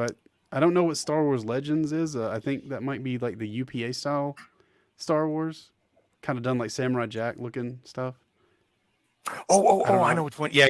I know which one you're talking about. Oh yeah, I might be wrong. I might be thinking about a different Star Wars cartoon or something. But I think that's the one where like Lucasfilms had contacted. Matt, you're breaking up. You're breaking up, Matt. Oh my gosh, I thought it was me, dude. I'm like, computer overheating. Woo! Oh, hold on. It's expanded universe. Expanded universe. Okay. Well, I'm personally, I'm not a big Star Wars fan, so I don't know too much about that. But I mean, maybe there's some similarities there. I can't say obviously because I haven't like consumed any of that media. Oh no, Matt's gone. No, but it does bring up it does bring up an interesting point. The anthropomorphic community. This story does resonate with the anthropomorphic community very much so. However, with the skill sets that is brought to the table. A lot of different, and I think that's kind of where Charles was coming from, Charlie, sorry, was coming from, was that there's a lot of different ways to resonate with this story. I mean, just from the aspect that it's coming from a kid perspective to start off with, you know what I'm saying? Like, there's really fun and enjoyment there. You know what I'm saying? So the idea is you can resonate with this story, but if you know someone who does like anthropomorphic, you should be sharing this out to them. They have the ability to go and read it for free. Like, they have the ability to go and see, oh, is this something that I like? Because really, the artwork, the anthropomorphic artwork, is fantastic. It's one of the things that inspired my son, who got into building these awesome Lego freaking anthropomorphic robots. I think I actually showed you, David. Remember? Yeah, those are cool. Yeah, I was like, it really is a style all its own. It really is a style. You're talking about Bionicles? No, they were just he took Legos. He wanted to be a Lego master because he watched, Lego movie. He wanted to be one of those badass that could just make anything. They just look around and they just build it. And so we got introduced to Dreamkeepers. And so we were reading it. I let my boys read it, my girls read it, because I think it's just an awesome story. And so he started building what are they called with the swords and the big robots? But he just started building robots, but they were anthropomorphic in the way that he designed them. So they had animal legs, and he had designed it out with the Legos. It was bad. Like mecha stuff. Oh, okay. Yeah. He built anthropomorphic mechas. I have the pictures somewhere saved on some freaking data. It was super cool. Yeah, I sent him to David. I was like, dude, check this out. My kid did this. It's crazy. So that's crazy, yeah. But the story is so much more broad, and so feel free, if you know people who really like to get into cartoon style storytelling, this is one of the greatest stories to get lost in. It is so well orchestrated, put together. The team at Vivid is exceptional. They're indie. And we like using that term the way we do. But the truth of the matter is they are very professional in their delivery. As you can see with the way that they do their campaigns, with the way that they line up talent. I mean, lining up a glass blower or somebody who lined up glass blowers to make a bunch of glasses so that then he could create these awesome just relics from the comic is nuts when you think about that. That is fantastic. It's so incredible. The next thing we're going to try to recreate is like the Sabaton Towers. We're going to get a skyscraper maker. Yeah. What? Okay. Can I be on the 69th floor? It's limited to one backer, so you have to get the top tier. But well, I'll go talk to George, and me and him will put in an offer.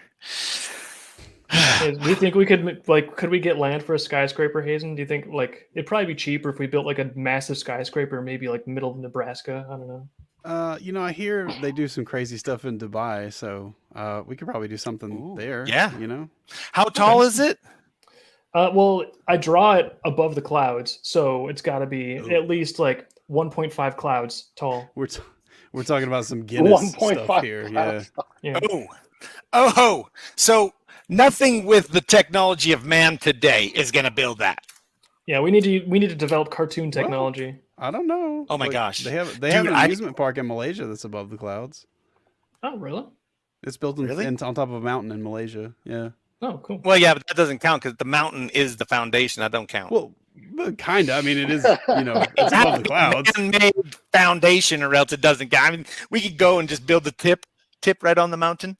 We'll get a satellite. Yeah, there you go. In geosynchronous orbit, and we'll just hang it from that like a Christmas ornament. Oh, wait a minute! We could do a balloon, one of those. Because that's how gravity works. I think so. Right? I'm pretty sure gravity doesn't work in reality. If you just tie a balloon to anything and just tie it into something in orbit, it just lifts. It's just gone up above the clouds. It's just going to go floating off. Yeah, just like how are we going that movie? How are we going to connect it to internet? Starlink. Don't worry about that. Yeah, we'll call Elon Musk. Yeah, I forgot. I'm sorry. I forgot that shiz is wireless now. That's right. That's right. We got this. Dude, this is gonna be awesome. Oh, wait, hold on, guys. I'm sorry. Let's get back to Prelude 2. There we go. See, I do better now, Hazen. Come on, I do better. You got to be proud of me. I actually notice when I'm going off rails. Thank you. I'm Thank proud you, of you, Jared. I took everybody's feedback. Cried a lot. It's terrible. I Yeah, love that's a this pretty one. picture. Thank you. Oh, that is cool. Yeah, This needs to they go on did the back of the perspective hoodie, pretty well. just right here. in That's these. it. This on the hoodie. Oh yeah. On the back. This could be good on the. This could be good on the On hoodie. the I back, think it'd be like, good. take up the at whole the back, bottom. Dreamkeepers on the front, whip on the arm. we There you could.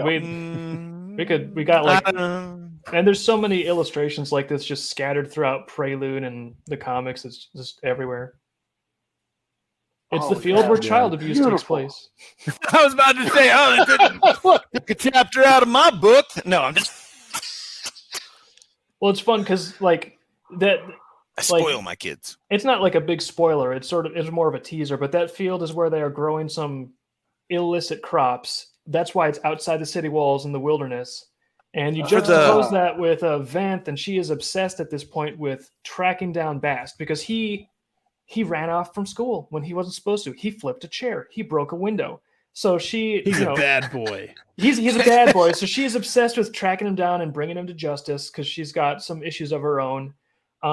So they figure out, oh, he's run off into the wilderness. So she's trying to get her straight A student friend to go with her into the wilderness, trying to track down this like boy. And so you can see there's like some ingredients where it's like, oh, kids just having fun and the bad things are going to happen. Curiosity did what to the cat? Yeah, sometimes. Who is Look at this that. guy? This Who guy? is this guy? That's Dylan's older brother. Well, they had to. This is part of them trying to figure out, well, where did Bast go? And because Andruna is like this magical place, it's also a little dystopian. It is like there's some authoritarian stuff going. So it's like there's cameras all over the city. They're monitoring their citizens. So Vanth is like, she's a kid, but she's still smart. It is Prelude Collection 3. This is technically going to be in Prelude Collection 3, but how are you in Prelude Collection 3, Matt?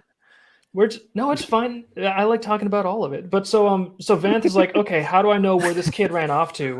She can't just like follow footprints on concrete, so she's going to talk to a kid whose older brother is a police officer, and he can access the surveillance logs, and away we go. Okay.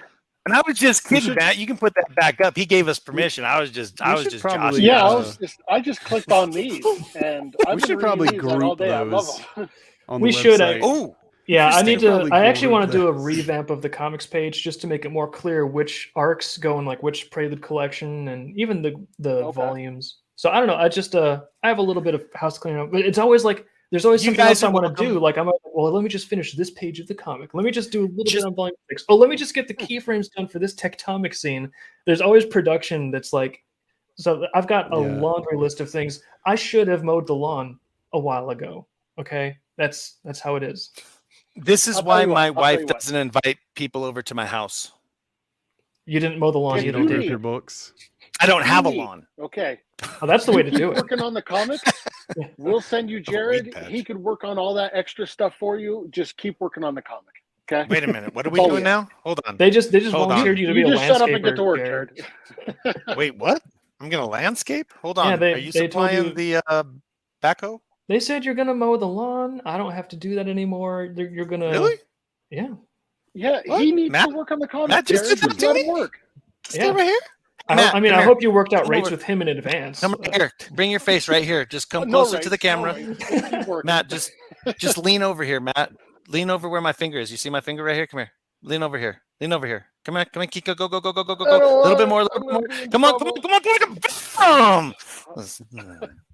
We got some through the internet, Three Stooges stuff going on. Yeah, I will. Hey, sometimes you just gotta let them know who's boss. It's not me. We are, Trust me. It's approaching me. the 2-hour mark, guys. Yeah. Oh my gosh. I'm sorry, guys. Let's get back. Woohoo! Oh, nice. Okay, yeah, we are at 8,230. Well, I think. Oh my gosh. I think when we get to the 2-hour mark, if we're still talking and having fun, that's good. But we could probably start thinking about calling it a successful stream, in my opinion, because yeah, we have blasted through the 50% mark already. So, oh my gosh, hey, let's just dang! I need a pop of freaking champagne or something. I feel like not just kidding. They're not there. They've got a whole nother 30 days. What is All in right, that I got a quick question. What's in the for you. bottle? They Ground up actually, Smurfs. he sent us some kind of a blue fancy liquor, and it's like, well, I can't drink it, but it looks cool, so that's cool. technically someone could drink this. The vases are empty when they get them, right? The vase, Yeah. the tincture holders. Yeah, it's Okay, BYB. okay. Yeah. Oh, okay, good. You all heard it BYB. here first. Yeah, bring your own beer. Bring your own beer. So, Yeah. David, I got a question for you. Out of all of the preludes, which is your favorite story? I don't know if I could really answer that effectively. I'm gonna have to say, well, no, I do think my favorite, if I had to pick one, is The Pants Are Off Forever, and that's in Prelude Collection 2. That's my favorite so far. Pants Which Are Off one's Forever. that? That was a good one. Yeah, The Pants Are Off Forever. This is the one where like in the previous arc, also in Prelude Collection 2, Bobby kind of gets tricked into being on the hook for someone else's child support. And this is where the chickens are kind of coming home to roost. Grun decides he's not going to wear pants anymore. And so Bobby gets mixed up trying to untangle himself from these obligations. Bobby gets mixed up in like the wrong side of town, and he winds up getting pretty... It's interesting because we have the story. It's like arc these of, weird situations these characters get into that are just so specifically weird to me. I love how you have. Oh yeah, here's Grun. That's so Like great. he doesn't get like on the hook like holding drugs for somebody or something at school. He gets roped into child support. Yeah, well, well, you'll see why It's he too was tricked real. into it. It's too real. Yeah, it's like all the bad things in life. Child support? Are you serious, man? But see, even like some of these pictures of like the water and like the sky and the atmosphere, that's one of the reasons I like this, because you have these crazy story arcs. Things are getting dark for Bobby. Things are getting goofy for Grun, and Mace is trying to like figure it out with like Calvin and Hobbes style energy. But then again, the backgrounds, to me, this is just really starts to get immersive, and it makes me feel like I'm kind of there in these dark environments and like the mist coming in and a little bit of rain. It reminds me a lot of actually a lot of the inspiration for the Prelude Mason Whip setting comes from the Silver Lake Dunes, and I grew up hitting those every summer as a kid. So this just kind of takes me back. Well, Okay. hold on. I want to show some stuff before we end with this. I want to actually show some stuff that you sent over to us, images and stuff. We should be showing that off a little bit. Sure. All right. Because I want let's these see. are high end. Uploaded these. I haven't really looked at them yet. Let's see what we got. Not that one. That's just, yeah. Don't do that No, one I'm either. shipping. Okay, now go down the line, because then you go there. Oh, there's Grigori. Awesome was that? That is cool. That is so. I'm going to use that a couple of times. Can I have permission to use this a couple of times? You can use David? that as much as you need. Everyone, you have Thank permission you. to use this. If you're in an awkward conversation in text, you could just use this image as a response. It pretty much gets you out of anything. Nice. I will remember that. That is an awesome picture. That's from Right? Vance. I That love is that you Prelude can Collection still see 2, the Vance's pencil first marks. arc, where she's trying to fly by leaping off the roof of the school. Her wings are not quite big enough for that to happen. So she's trying to jump off of rooftops, and the people who care about her are trying to stop her. And I this love that is you can see the pencil PDF. marks in it still, and just it's amazing. Yeah, I like to leave a Yeah. little bit of that texture in there from like the pencil and paper. It's just, I don't know if other people like that, but I just like it. Oh, there's that one. It just seems to give it more life, you know. This is another one that's in the book. This is like a Christmas special with V, her having a flashback where you get a little glimpse of she is an orphan. She wasn't always an orphan. Oh, okay. To Dade. Dude, I love yeah. this. I love the see-through backgrounds. Magic That of looks so PNG cool. files. New to Prelude, right? I know. I don't ever know those. Oh, there we go. Yeah, you do have the lines coming out, which is Yeah, really neat. it's I know a lot of people are going full digital, and it looks really sharp. But since I was a kid drawing on the back of junk mail, I've always used paper and pencil, and I'm just so used to paper and pencil that I can't quit it. I like it too much. So paper and pencil is the Dreamkeepers style. Please, I've not seen please. these. I've not seen these painted painted Vanth figures. Almost called her V. Yeah, Liz has got this painted up just so we could get the prototype ready to rock for the campaign, and people can see pretty much what it's going to look like. Oh yeah, Those we were look showing them like- off when you weren't here. Those look like toys you get at Target, man. Like, Yeah, Oh they yeah. look as Dude, good as anything they you see look on a store good. shelf. They're they sharp. look good. The wings look really And there's nice on them too. that's a nice. I really like those. Yeah, there's Sage with the Fermente That's bottles. crazy. This is another Prelude Collection 2 character introduction. That's the first time you see Sage in the graphic novels. Sage. Yeah. What is she? She is Is she a she's working dragon? for kind of like a dragon gargoyle inspired character, and she's working really? with Sinter's Mark Smuggle and stuff, yeah. All right, Sage sounds awesome. Sage sounds too awesome. Oh, that's awesome. Is that on That's the cover? omnibus. Yep. Yeah, that's, yeah. Is that the gold that's on the cover of this the cover that goes over That's it, right? Yep, totally. I can even Foil. show you on this one here. It's below the Dreamkeepers logo. Hold You on got one second. there's the logo, and then centered in there. Oh, that's so cool. So that's what you were talking about.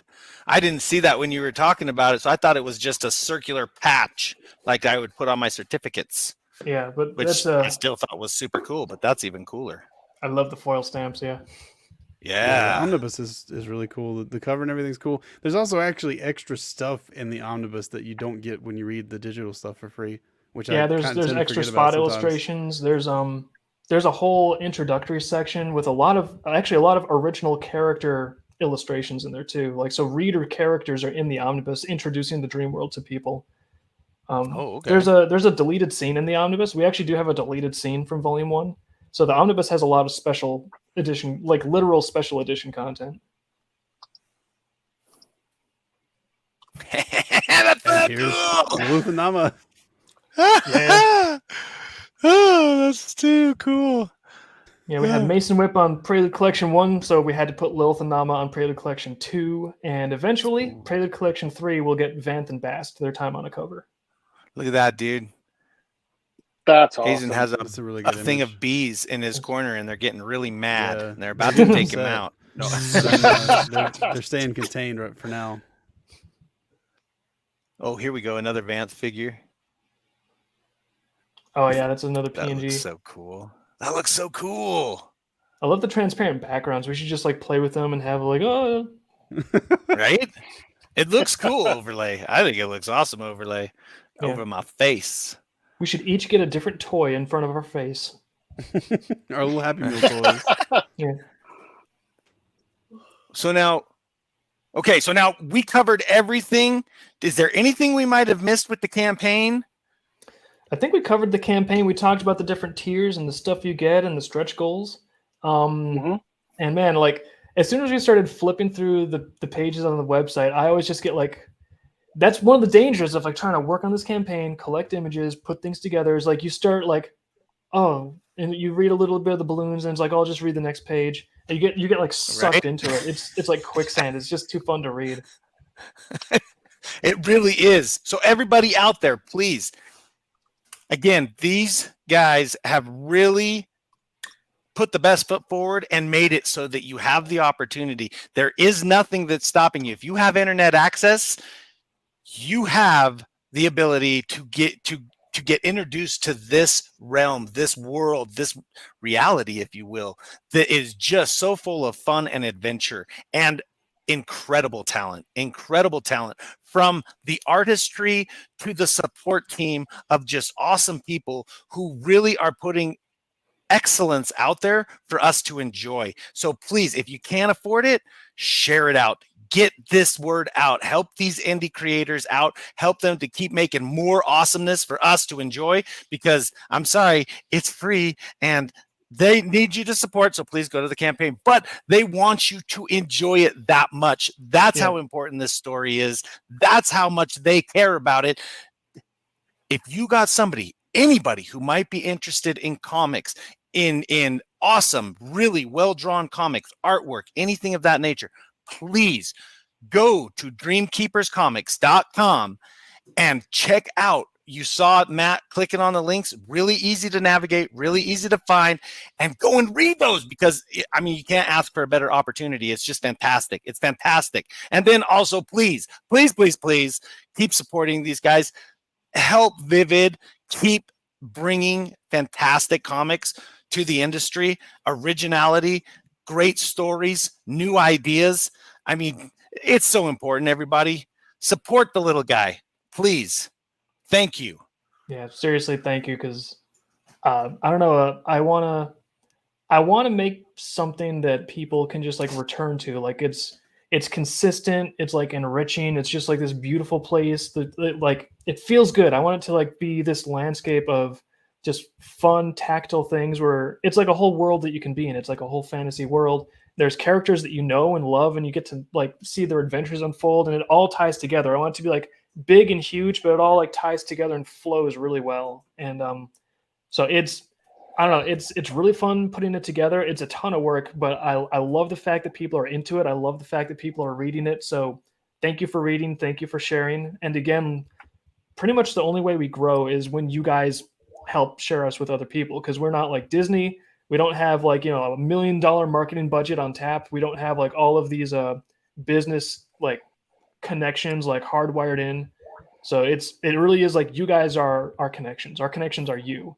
So thank you for reading, thank you for sharing, and everyone that's able to pick up some of these books for yourself, like that puts fuel directly in the gas tank of Vivid. So thank you for helping like drive us forward with being able to do more of this. Yes.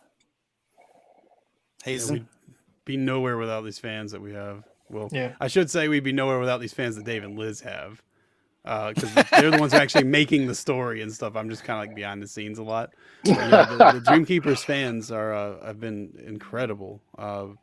Just the content that they make, the way they'll participate and stuff that we kind of put out there, like the Halloween contest. We had a little funny thing on Twitter.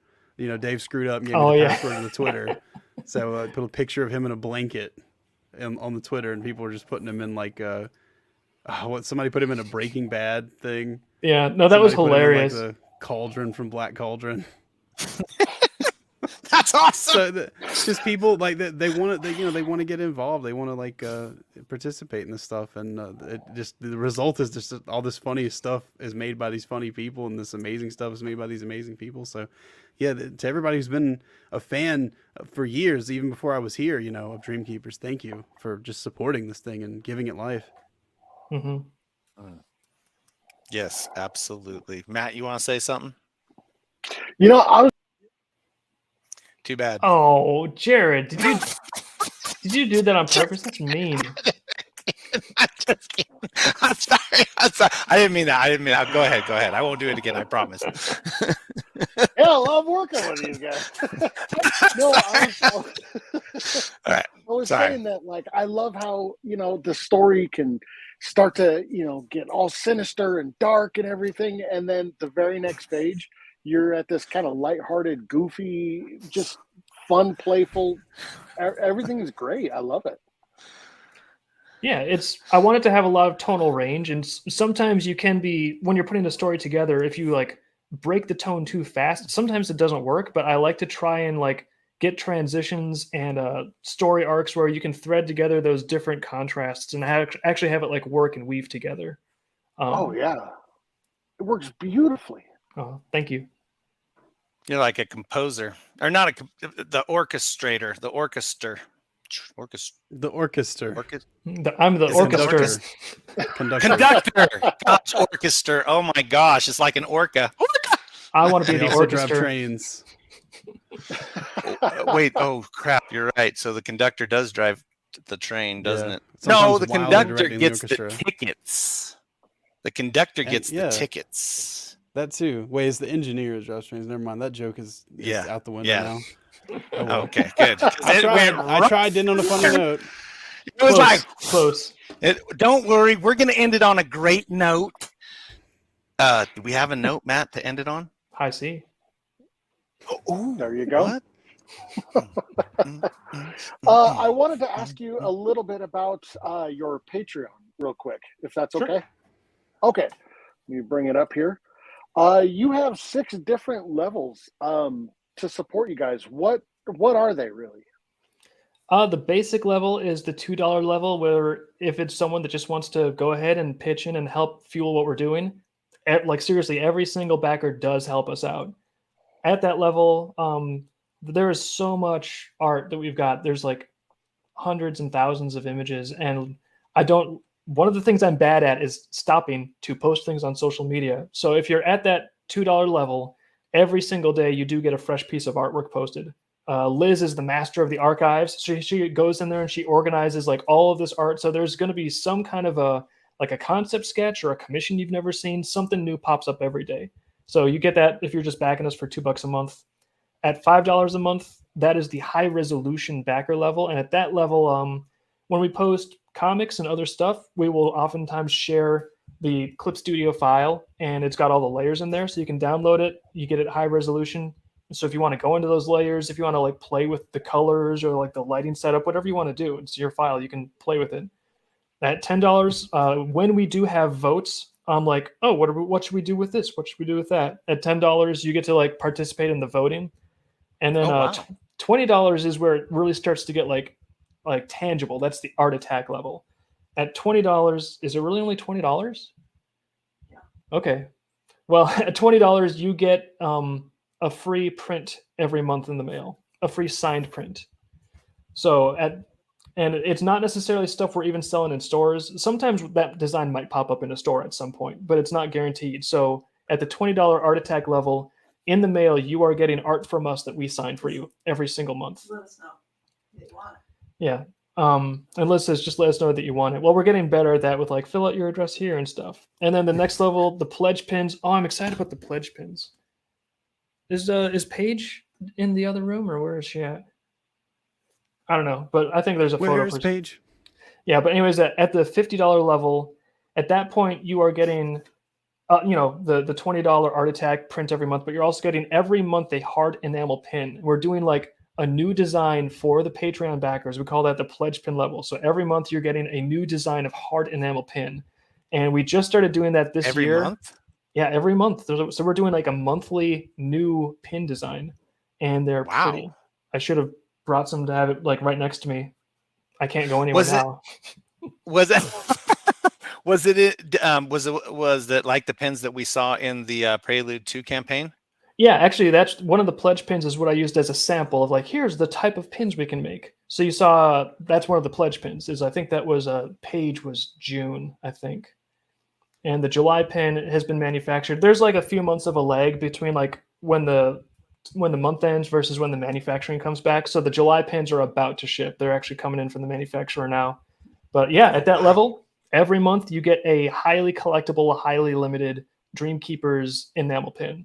And then beyond that, at that point, you're just like fueling us with super powered stuff. So I think at the 120 level, that's what we call an associate producer. And when we do put out videos, like the tutorial videos coming out or like Tectonic episodes, if you were a backer at the producer level during the production of that, and when we're putting the credits together, we're going to look at those Patreon pledges and we're going to be like, okay, who's an associate producer? And we're going to put their name in the credits as an associate producer because you helped us produce it. And that is the final tier, the 120 a month. Yeah. Patreon. Oh wow, that's fantastic. And that's that really is a cool way to show appreciation, because they are there. They are the assistant producers, or the ones that are really helping make it happen. They're a part of the team. I mean, that's even like, that's how they do it in Hollywood. If there's someone that like puts a bunch of money into a production, they get a producer credit. That's what it is. They're helping produce it. So it's like, well, there's people helping us produce things. Let's give them a producer credit. Yeah, that's absolutely fantastic. So thank you. And hopefully you guys all caught Drax's awesome joke. If you didn't, watch back a little bit, where we say subscribe, like, and please share. Show you care. Doesn't matter if you got money, because you got to click and a share. Get this video out there so that people can actually see this campaign going on. Prelude 2 is going to be going for 30 more days. 30 more days or 29? 30. 30 days. 30 more days. 30 days. The gauntlet has started. These guys are under the gauntlet now, man. You got to be here. You got to be helping them. Help them push out their message. We can beat the algorithms. We can beat the big money markets if we work together and share it out. Get their links out. Get people to their website where you can see those comics and get a feel for it. Get them to their campaign where they can actually have the opportunity to look through what they might be able to get. Top tier is pretty bad, I'm telling you, handmade glass, unique, one of a kind. Like, you don't get to see that ever. So really think about that. And thank you, everybody. Everybody who joined us today. Thank you, everybody who came here and had fun with us today, who was cracking jokes with us. Sorry I get sidetracked, guys, but you guys were great. That was fun. Thank you so much. Thank you so much. And would anybody like the same thing? I would like to make sure that we cover all the links, everything where we can find everything, just to make sure you guys get the opportunity to really plug the last time. So I'm going to turn it over to you guys. I won't say anything anymore, I promise. One more thing. Liz, you're awesome. Okay. All right, I guess the last thing I would say is thank you very much. Links to plug. Campaign link for Prelude Collection 2. If you can, we would love to send you some stuff from Prelude Collection 2. And then, of course, if you know anybody that would like to just get introduced to this, read for free, dreamkeeperscomic.com. Everybody's welcome to read for free. I love people enjoying the story. It's just, it makes it meaningful. Like, that's what it's for. It's for people to read and enjoy. All right, so go hit us up on Twitter. Tell us what your favorite part of Prelude was if you read it for free on the website. Yeah, actually. Let us know which shark you like the best. Which did you say? Which shark or which arc? Which arc or which shark? There's only one shark, so I'm fairly certain I can guess who everybody's favorite shark will be. Yeah. Well, maybe not. What, Ebsen's like a shark guy? He's kind of like a sharky character. There's another background character. She's kind of sharky. I don't think they've found her yet, but once they find her, then they're going to be off to the races. Yeah, so if you're a shark fan, you're in for a treat. It's always Shark Week in Andaruna. Hold on 1 second, guys. I've got to jump in. Sorry about that.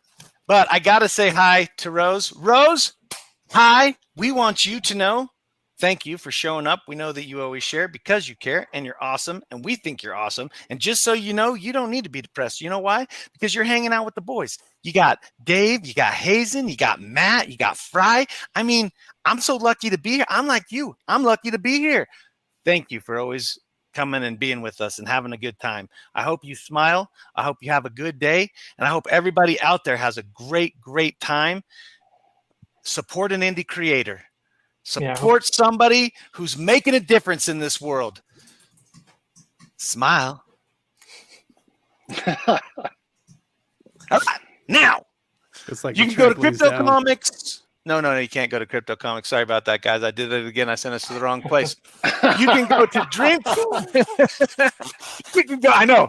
You can't even really go there. I know. I shouldn't be sending the people there. They'll be like, "Oh, this site's busted." It's not. It's under construction. But you have dreamkeeperscomic.com. That's where you can go. You have the Patreon, and we'll get these links. The links are in the chat, so you guys can look through there, but we'll also get them replaced. You have Patreon. You have the Prelude campaign going right now, the 30 more days. So go over there and help share that out. They've got Twitter. And what is your Twitter handle, Hazen? Just Dreamkeepers, I think. Yeah, just got the Dreamkeepers. Twitter.com/Dreamkeepers. It'll say Vivid Publishing. Yeah. But it'll be us. Don't worry. Okay. Yep. And then that's exactly what happened. Here. Isn't that great? Like Jared. I'm sorry, guys. I try. I try. Oh, well, at least Hazen can light the way for us. That's true. Hey, Miss Faith.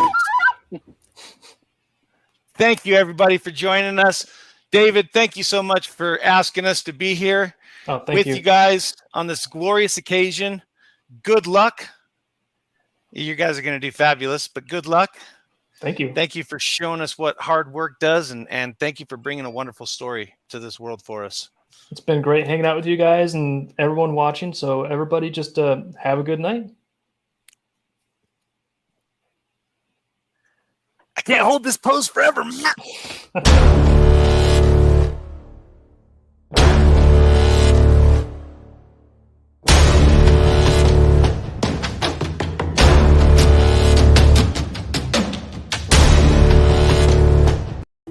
Did they notice that you're an imposter this whole time? Nope. Excellent.